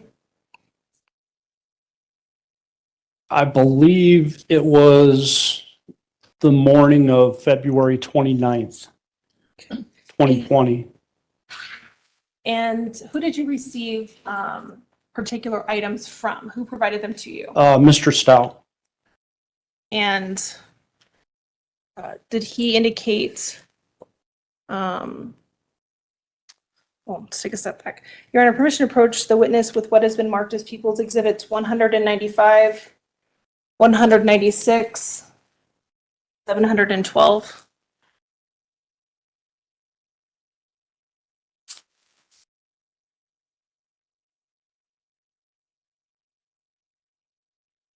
Go ahead.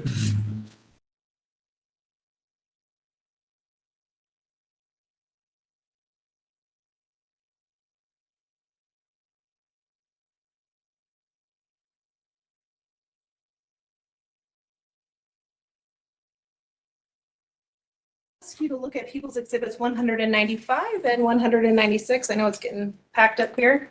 I'm gonna set this one right here for you. Yes, ma'am. That's blocking the camera. You recognize People's Exhibit 195 and 196? Yes, ma'am, I do. How do you recognize them? There are photos of the case and the stitch, the switch. I believe it's a Nintendo game. And are those photographs very an accurate representation of what you saw that day? Yes, ma'am. Your Honor, at this time, we would move for the admission of People's Exhibits 195 and 196. Thank you. Mr. Cook, No objection, Judge. exhibit 195 and 196 will be admitted. And Your Honor, permission to publish. You may.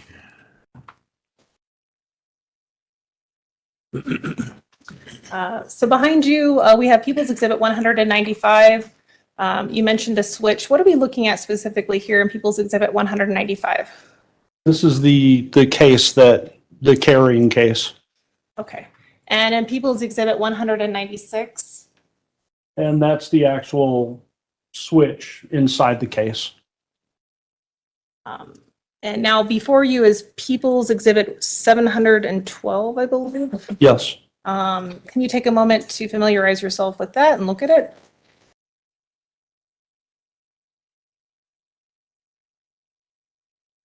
Yes, ma'am. Do you recognize that? I do. How do you recognize it? It's the description that was typed up for the item that was collected. And similar to the other items, what was your involvement in the processing of this particular item? This particular item, I was called by my sergeant to go out and collect. So I went out there that day and collected this, and then I took it to evidence myself and packaged it. And in terms of the packaging process, did you also create the label for this particular item? Yes, I did. Okay. And does the description also indicate to you what it is? Yes, it does. And we see some red tape that is on People's Exhibit 712. Is that tape placed by you? The red tape up here is placed by me. I do not recognize the tape down below. Okay. And I will ask you to do the same thing, which is, can you please cut into and look at and inspect what is inside the bag?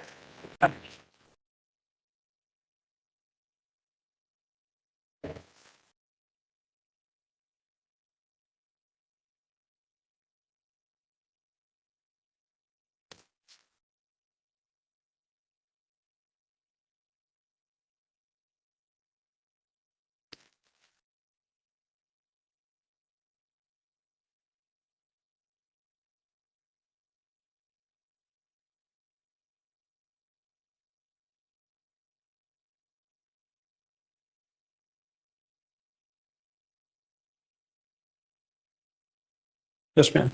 Great. And in looking inside the bag, would you say that's in the same or substantially same condition as when you last handled and packaged that item? Yes, ma'am. Your Honor, at this time, we would move for the admission of People's Exhibit 712. Mr. Cook, Exhibit 712 will be admitted. Go ahead. The general scope of your role in this case, in addition to collecting various items of evidence, was that more or less the scope of what you did in this case? Yes, I was basically a support detective. If there were leads that needed to be handed out and you're available, you get a lead and you go work that for the lead detective.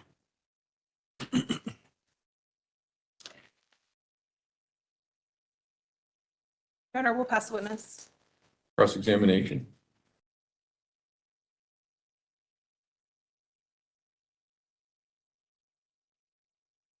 Hi, Detective. How are you? Good, sir. How are you? I'm good, thank you. Just a few questions for you. Did you actually watch the swabbing of the cheeks of Gannon's mother and father?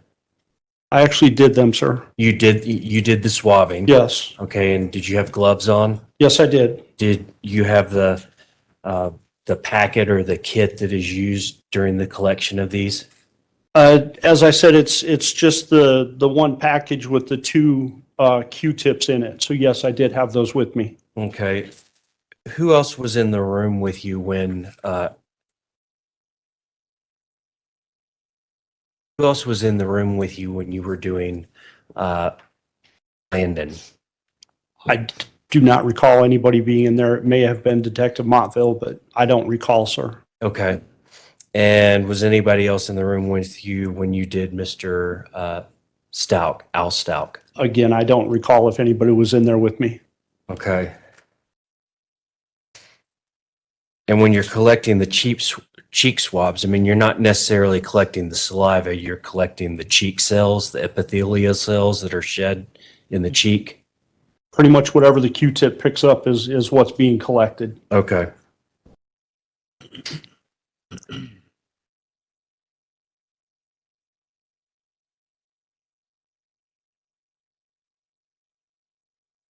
Did anybody swab Harley Hunt, who's been identified as Letecia Stauch's daughter? I do not know the answer to that question. Okay. So it could have been done. You just don't know Correct. whether this was done or not. Correct. Okay. You indicated that you collected a few other items, took some photos, got a Nintendo Switch, and that was about it. In this case, what you've talked to here. Yes, sir. You did also, on the 28th of January, conduct an interview with Landon Hyatt, who was Gannon's mother. Yes, I did. Okay. Where did that take place, that interview? That took place at my office, the sheriff's office, I should say. Right across the street Second, from right the across the courthouse? street, Okay. second floor in one of the interview rooms, which is audio video recorded. Okay. How long did that interview last? I do not know that, sir. Okay. Was it recorded? Yes, it was. Audio tape, videotape, everything? Yes. Okay.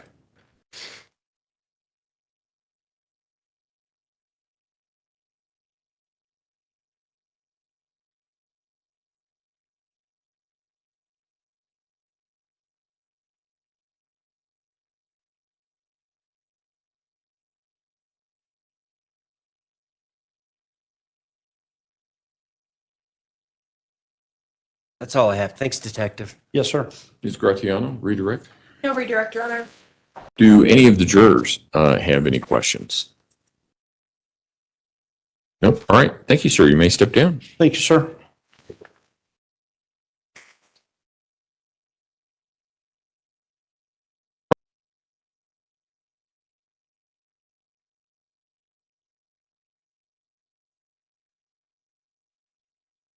Good afternoon. Good afternoon. Where are you currently employed? The El Paso County Sheriff's Office And how long have you been with El Paso County Sheriff's Office? since 2006. And generally, can you explain for the jury what your role is at the Sheriff's Office? Currently, I'm a supervisor for the Patrol Division. And in January of 2020, what was your role then? I was a patrol deputy. And as a patrol deputy, can you explain what some of your responsibilities are? What kind of things that you handle on a day-to-day basis? Yes, responding to calls for service, investigating patrol-related crimes, interdicting criminal activity, traffic enforcement. Okay.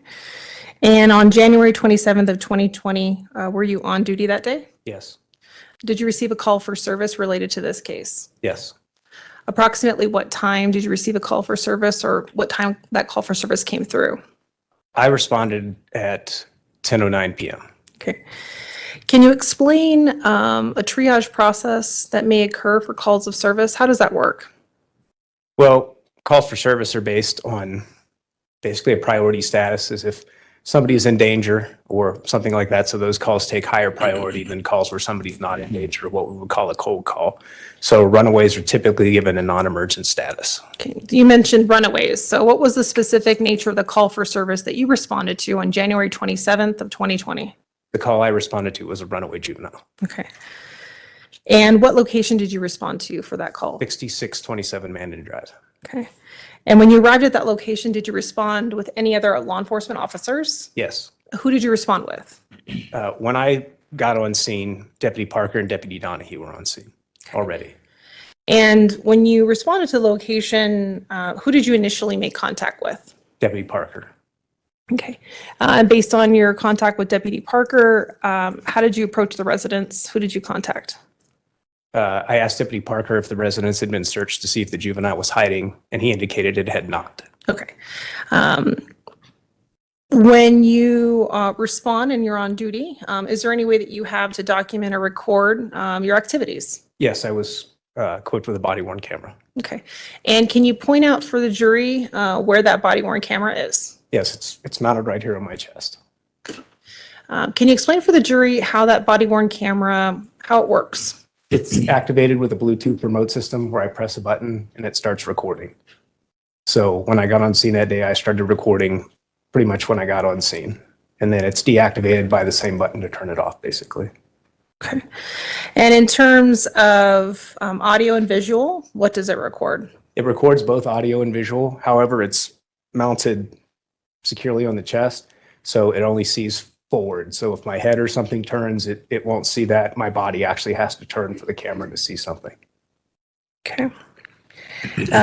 And as it relates to entering the residence, what was your primary responsibility when you arrived on scene?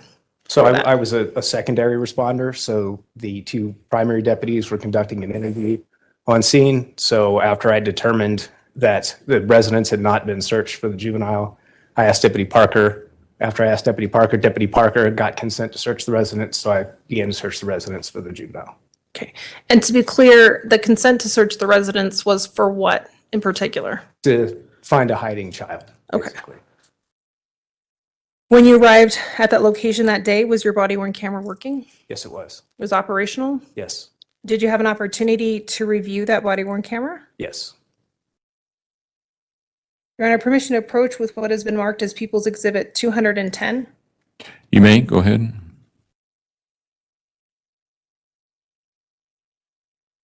Do you recognize what I'm handing you, People's Exhibit 210? Yes, that's a disc with my initials containing my body worn camera footage. Okay. And did you not have an opportunity to review the contents of that disc? I did. Okay. And is it a fair and accurate depiction of your body worn camera when you responded on scene that day? Yes. Your Honor, at this time would move for the admission of People's Exhibit 210. Defense? Exhibit 210 will be admitted. Go ahead. Your Honor, approach. Sorry? Oh, yes, go ahead.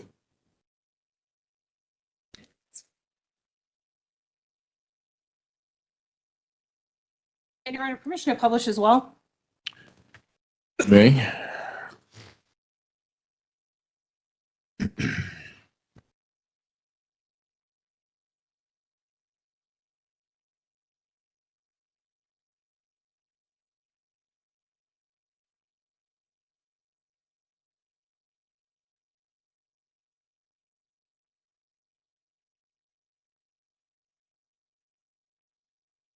I took the covers that he was laying down like had, and I just like threw it.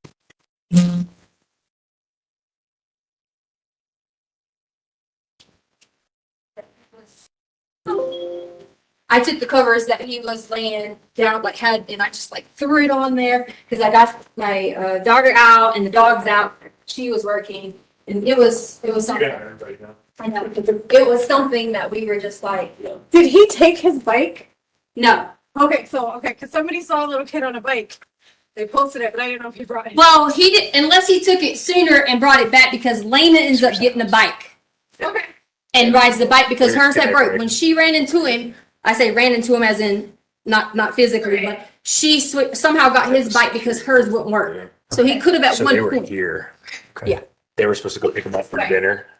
Blue And he and never black. called. They thought he was at his Black. friend's house. He was like, Yeah. he just started sleeping. So We they were gonna had pick him him up down on the road. one. And he was never there. There's and he never a went to his picture friend's someone house. sent. He was on Okay. and he was holding. He was reading the switch.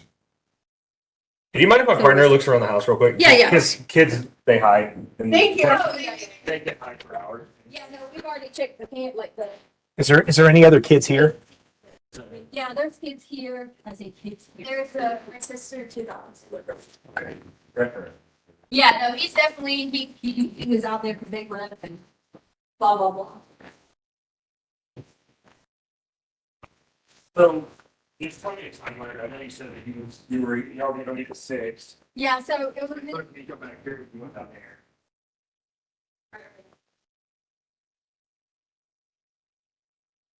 Okay, so. Bring it here.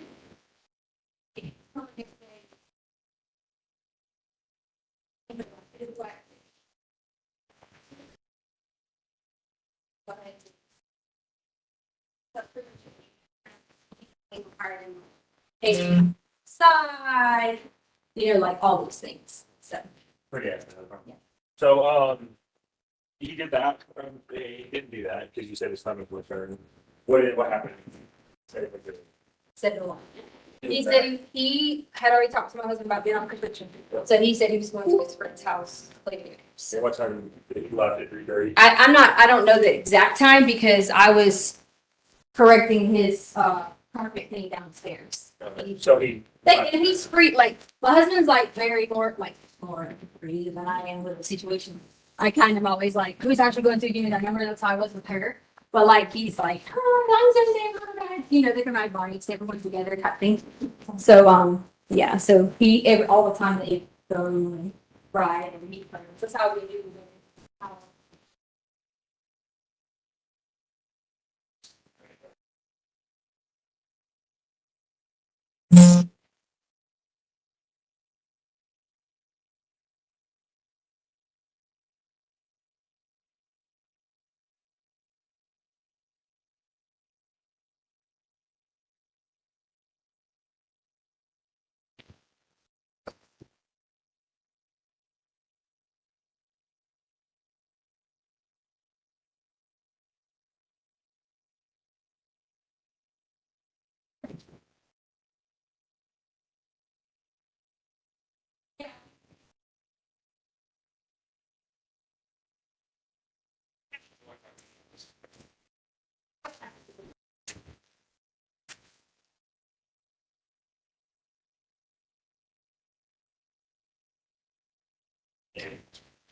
Oh, yeah, that's right. I was like wrong.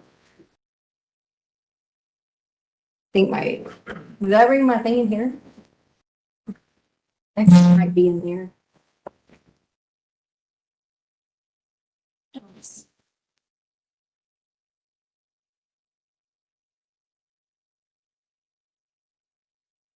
Can you get her?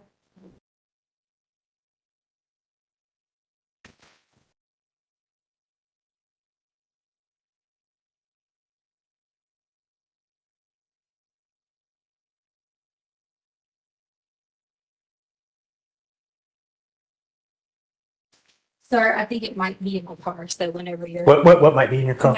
He wants my ID. Oh, okay. Was this the car you guys had with you today? You what? Was this the car you guys had with you today? What do you mean with me today? I mean, did you drive this car today? Yes. Okay. No, I didn't drive that car today. You did not drive this car. Okay, all right.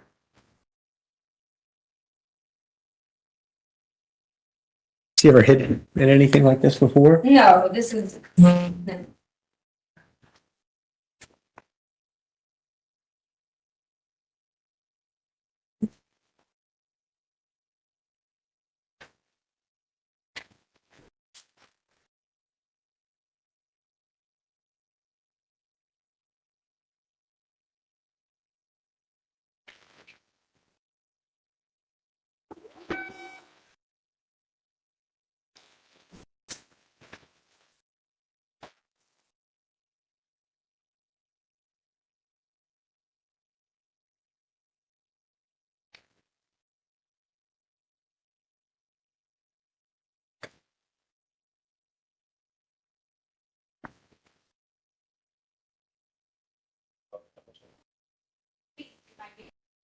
It might be the center console.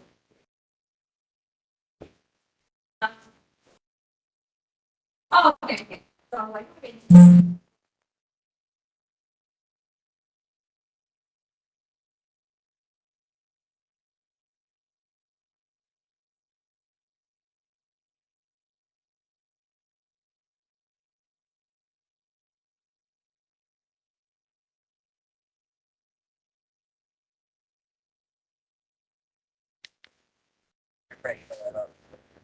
Yeah. Okay.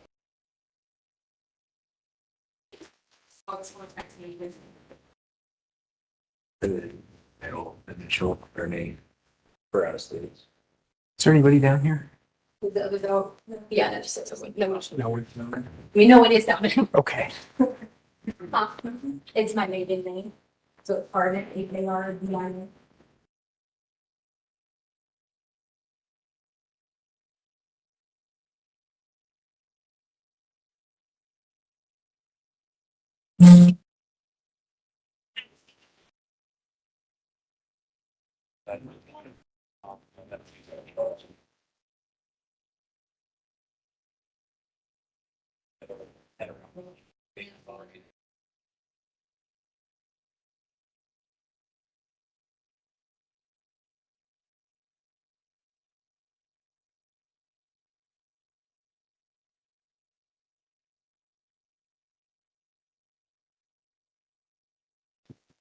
Yeah.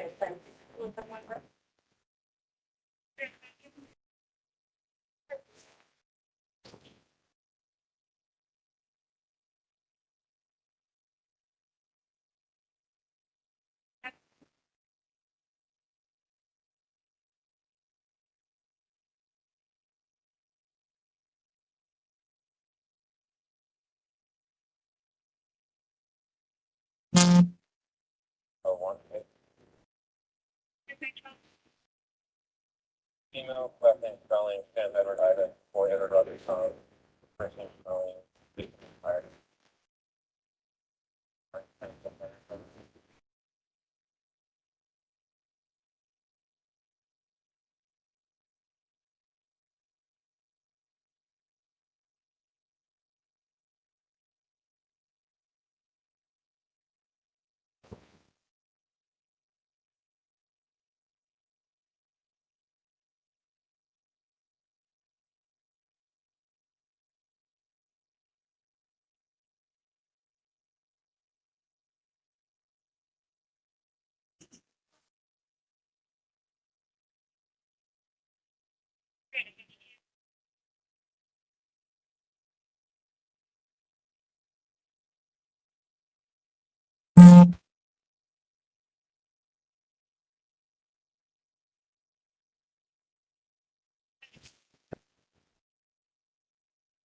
Try Edward Charles. I don't know if it's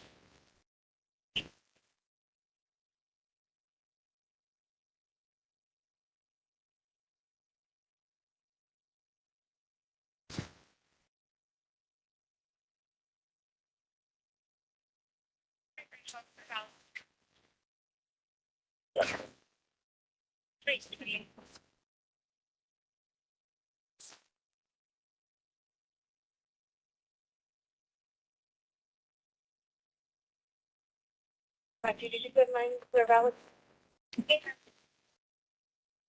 Copy.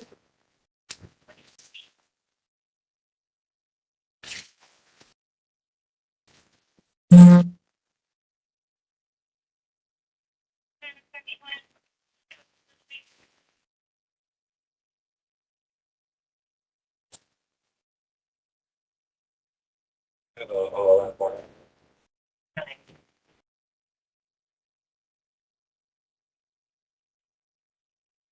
sorry, one, it's gonna be 101275370, South Carolina. Gotcha. One kind of plate. Ocean Zebra Blake, 385.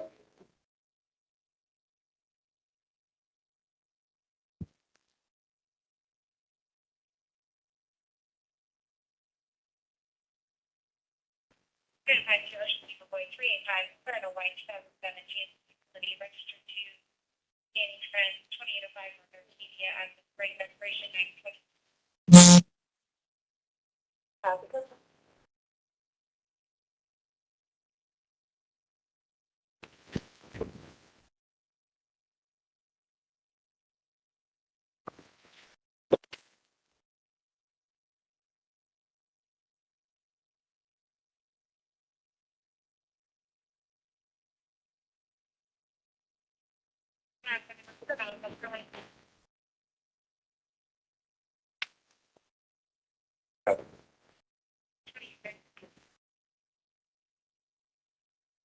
He wasn't in here this week.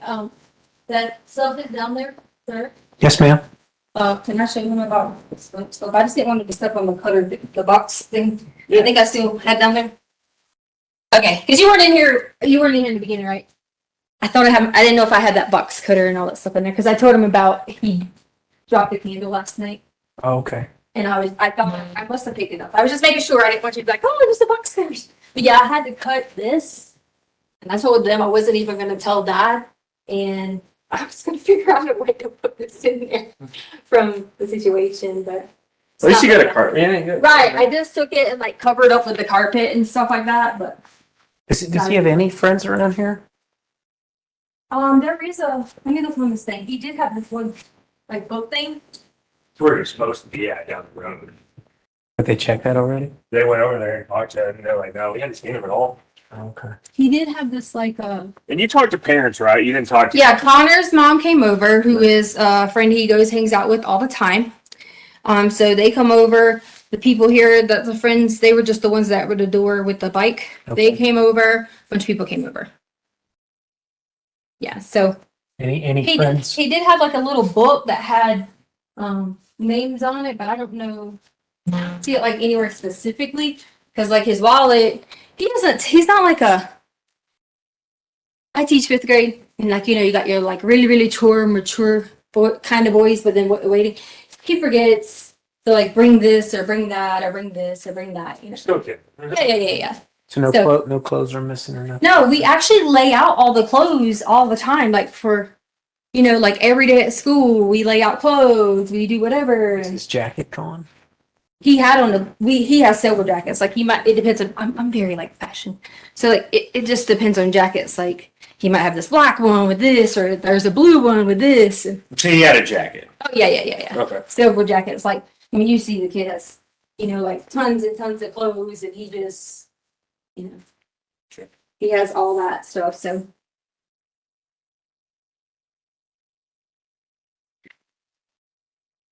And he took like none of this. Like these are his favorites. All of these things. Yeah. All right. He's gonna grab some more questions and. Okay. How long have you guys lived here? Maybe like a year and something now. Yeah. And you have talked to all of his friends' parents in the area? I'm not the person that talks to the friends. I don't have numbers. I don't say yes. I don't say no. My husband tells me yes or no. So he has all the numbers. So there could be some friends that you don't know. Right. Because I don't know the people like that. And a lot of the time that I was here, I had a job on the East Coast. Mhm. So I had to fly back and forth a lot. So I didn't really meet a lot of people, like my husband did.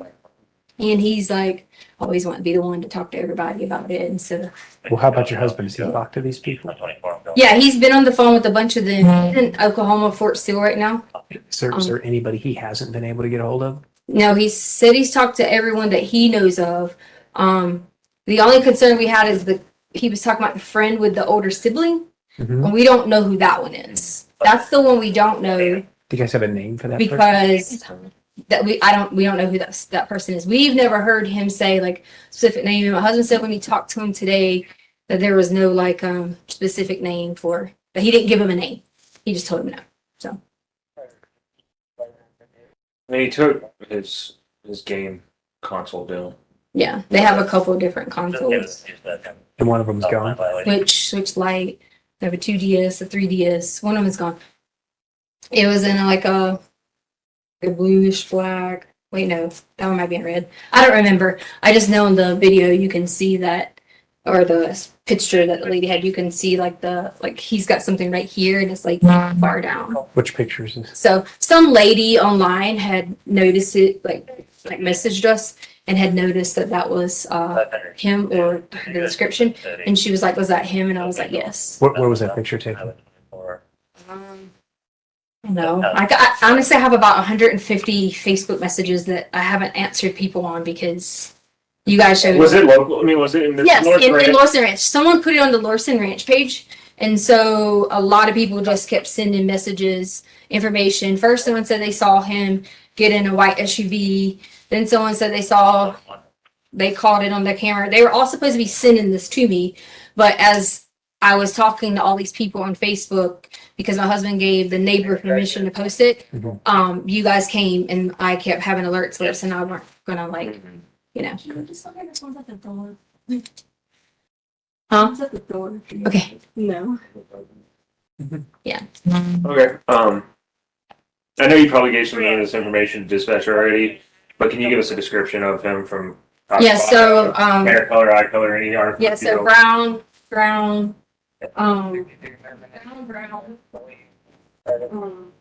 very pale, like whitish color skin. I guess when he's at this house, that they don't, Somewhere. And then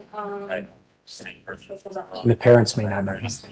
and then Well, they said that 410, there was a weird text that Dad got about something 90. about bath salts, and hey, if you And then I if sent I you that can get some picture. bath salts, do we have any bath salts? Yeah, And my friend will let me play Sonic or something at their house. You sent that to his dad? Yeah, I got it. and then Mom goes through everything, finds a oh, this Parker. Yeah. I know that. Yes. Yes. 151, 151, No, we're still getting the runaway report right now. Harley, Yeah. did you get it? Who was it? I don't know. Okay. I appreciate it. Michelle Avenue. Oh, okay. I Okay. think you're moving against the I just didn't want wall. any of the, Female, because our There's- people, neighbors, I know the caterer. popping in. I know. I think that being viral over the so things pop up on the. Yeah. So he would have been. What was with his names? Blue jacket, blue jeans. And console that he left with, so it's probably in his house right now, playing games. That's what me and my husband absolutely think, and we think Blue jacket. we're absolutely think that, and we've calmed our stress level down after our 4-hour week over that. Like a thick, heavy winter jacket, a sweatshirt, windbreaker. No, like the ones I was showing you guys in there, kind of like a little windbreaker type. Okay, good to know. Is there anything distinguishing? Perfect, about yeah. him? Does he wear? 351. I'm mid, so I'll be on the line. They asked me about tattoos and earrings and all that. Like I'm So if gonna there end was up, something. I'm gonna end up asking a whole lot of the same questions that dispatch asks. Oh, yeah. Right. Yeah, if you hear anything from the school, let us know, please. All right. Oh, bye. Just on Roy. Okay. Yeah, we already talked to a bunch of people at school. Yeah, they said security. Because there was a game or something tonight, and so that was like one of the things we were thinking. If I guess they went to like the basketball game or something. But He said there was Parks and Rec going on, so. Smith. Yeah. It was the off duty. no, Oh, okay. he said somebody in the neighborhood or something. Does he have a dentist he goes to? If you guys want to call my husband, Yeah, we can do that. We can do that. We'll follow up because I we might have a little bit more information. Yeah. I don't do a lot of the. Okay. He does all that. How long's he been over there stationed? He's not. He's stationed here. He's just at Captain Career Course. Okay. Yeah. So they go to a dentist. I think it's like Fountain Dentist, maybe. All right. Everything else is on base. We'll give him a 'cause yeah. What's his name? Al, A-L. Stauch, S-T-A-U-C-H. Phone number? 843 478 We're in the RO, 6714. we're valid protection orders. There's a phone number for the RO on your screen too. All right. Yes. Throw me back on 3. I'm on 3. They call it. They call it code. 23. We'll give him a call, try to Okay. get some more information. Yeah, I mean, as far as like the medical, dental, like he'll know like all that stuff because he takes them on base. All right. Well, we'll go give him a call in the car real quick and see if we can get any information. Then Okay. If not, we'll come back and or we'll give you a case number for Okay. the runaway and everything. Okay. All right. My dog's down here now. I didn't see him. Okay. And you know about lectures, you have gas and electric.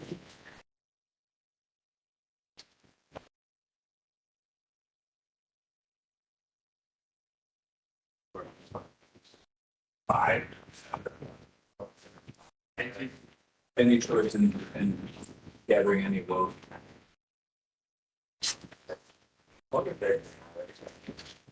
It's like bad.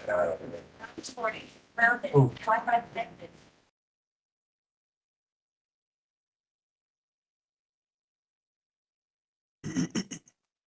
Deputy, in terms of demeanor of the female that we see present in the video, based on the nature of calls for service that you receive, how would you describe that demeanor? Fairly normal. Okay.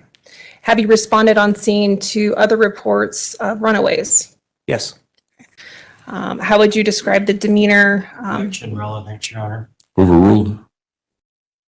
How would you describe the demeanor based on your training and experience in responding to calls for service related to runaways? The comparison of the female's demeanor in this particular video. I would say similar to other calls that I responded to for runaways. Okay. In the sense that their demeanors are calm? Yes, she appeared calm. She was able to answer questions intelligently. Okay. And how did the female present on scene with you identify herself? I believe she identified herself to Deputy Parker and Deputy Donahue. Okay. Do you see the female that was present on the video that we just watched? And while you're present searching the house, do you see her today in court? Yes, Is she the same female that you see in the video that directed to you throughout the house? yes. Can you describe her by where she's seated in the courtroom? She's sitting at the end of the defense table wearing a brown colored shirt. Your Honor, at this time, may the record reflect that Deputy Youngkin has identified the defendant? The record will so reflect. Go ahead. In terms of while you were present on scene, did the defendant identify by any other names or any other aliases, things like that? I don't recall her identifying herself as another name. While you were present on scene, you described her demeanor as calm. At any point, did that demeanor change? Not that I observed. And to be clear, the time that you arrived on scene was what time? 10:09 p.m. Okay. And as an approximation, how many hours had passed between the call for service as it came in? I believe the original call for service came in around 7 p.m. Okay. Now, as we watch your body-worn camera, we hear buzzing. What is that buzzing on the video that we're hearing? So when the camera's activated, it vibrates to let me know that it's on.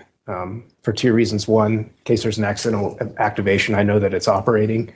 Or two, to just let me know that it's working. So sometimes when you press the button, technology fails. So it's just letting you know that it's operational. And throughout the body-worn camera that we watch, we hear the buzzing. And is that to indicate to you that it is still on, it is still recording? Yes. Great. Now, as you went through the residence,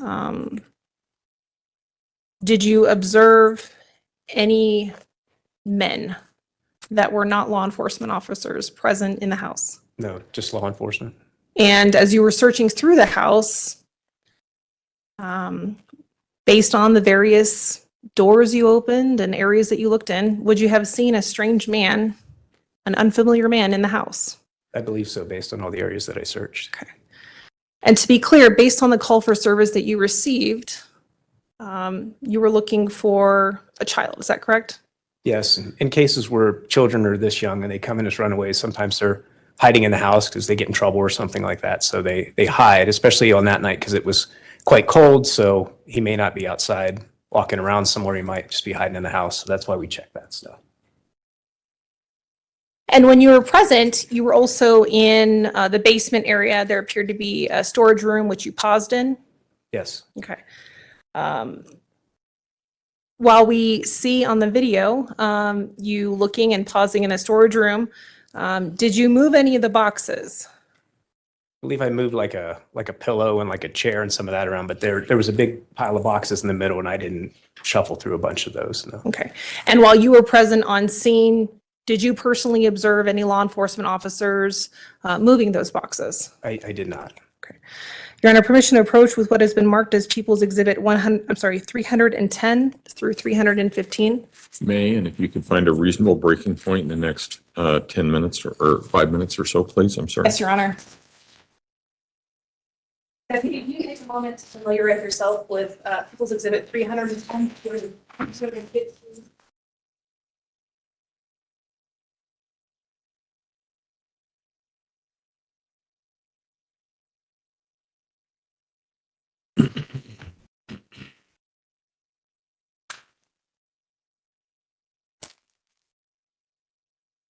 Do you generally recognize those? Yeah, they appear to be still shots from my body-worn camera footage. And for a particular area of the house? The storage room. And are they fair and accurate depiction of your body-worn camera? Yes. Your Honor, at this time, we would move for the admission of People's Exhibits 310 through 315. Mr. Cook, No objection. exhibits 310 to 315 will be admitted. And Your Honor, permission to publish? You may.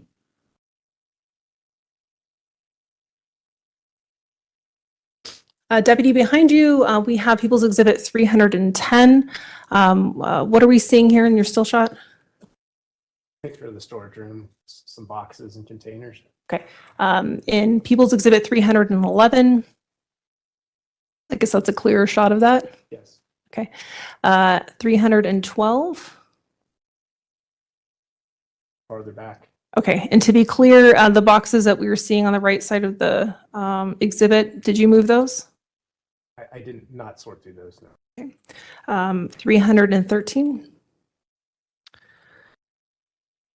Would this just be to the left of People's Exhibit 312?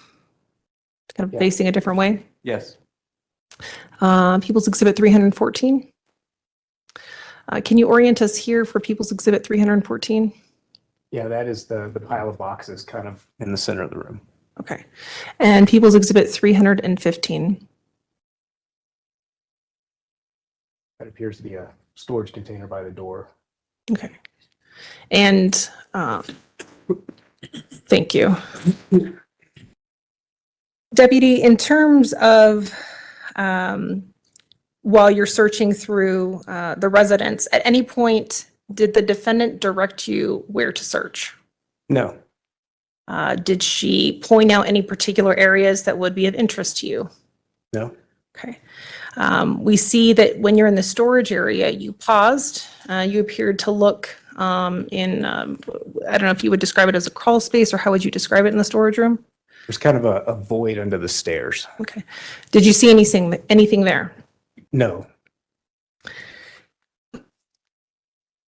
In terms of while you were present on scene, based on your training and experience, did the defendant appear to have a pervasive mental disease or defect based on your observations that day? no,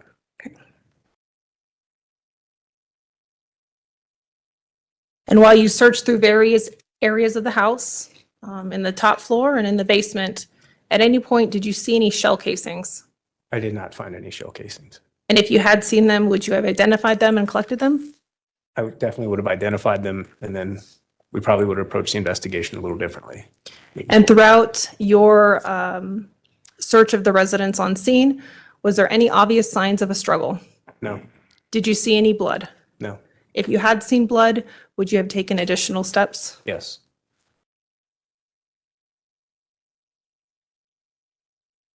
Your Honor, we'll pass a witness. All right, I think we'll take our break. I'm going to make this real easy on the Okay, deputy. I don't have any questions. okay. Do any of the jurors have any questions for Sergeant Youngkin? Looks like we might have one. So, Ms. Gratiano, just pass that forward and put it on the bar in front. And Ms. Gratiano will retrieve it. Oh, another one coming.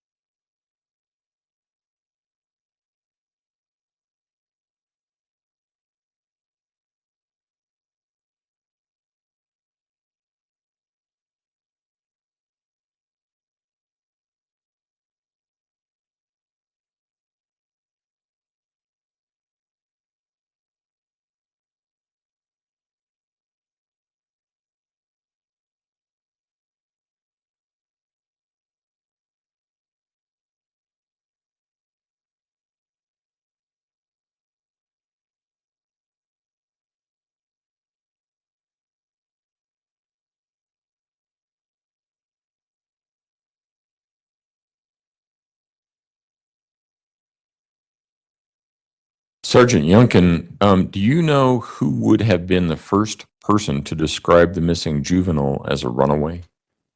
I believe it would have been Letecia Stauch because she made the initial call to our dispatch center. When you were searching the home, particularly Gannon's bedroom, did you notice any unusual scents or smells when searching under the beds? I did not. I just looked under there to see if a child was hiding under there, but I did not detect any strange odors. Did you see any large suitcases?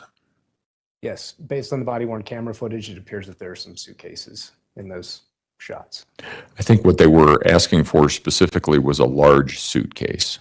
Oh, during my initial response, when I was looking through there, I don't actually recall if I saw a suitcase. Only watching the body-worn camera footage later do I see this suitcase. Okay.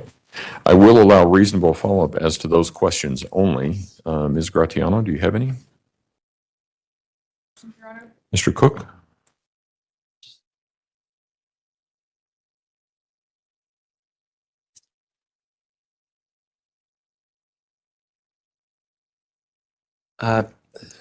Following up with this unusual smells question that was asked about the Gannon's bedroom, did you notice any like bleach smell, cleaning fluid smell, anything? You know, sometimes you can go into a house and it smells crisp and clean. Any smell like that, or was it just a regular smelling kids? It smelled fairly normal. I didn't smell the strong odor of any cleaning fluid. Okay. All right. All right. Thank you, Sergeant. You can step down. Watch your step there.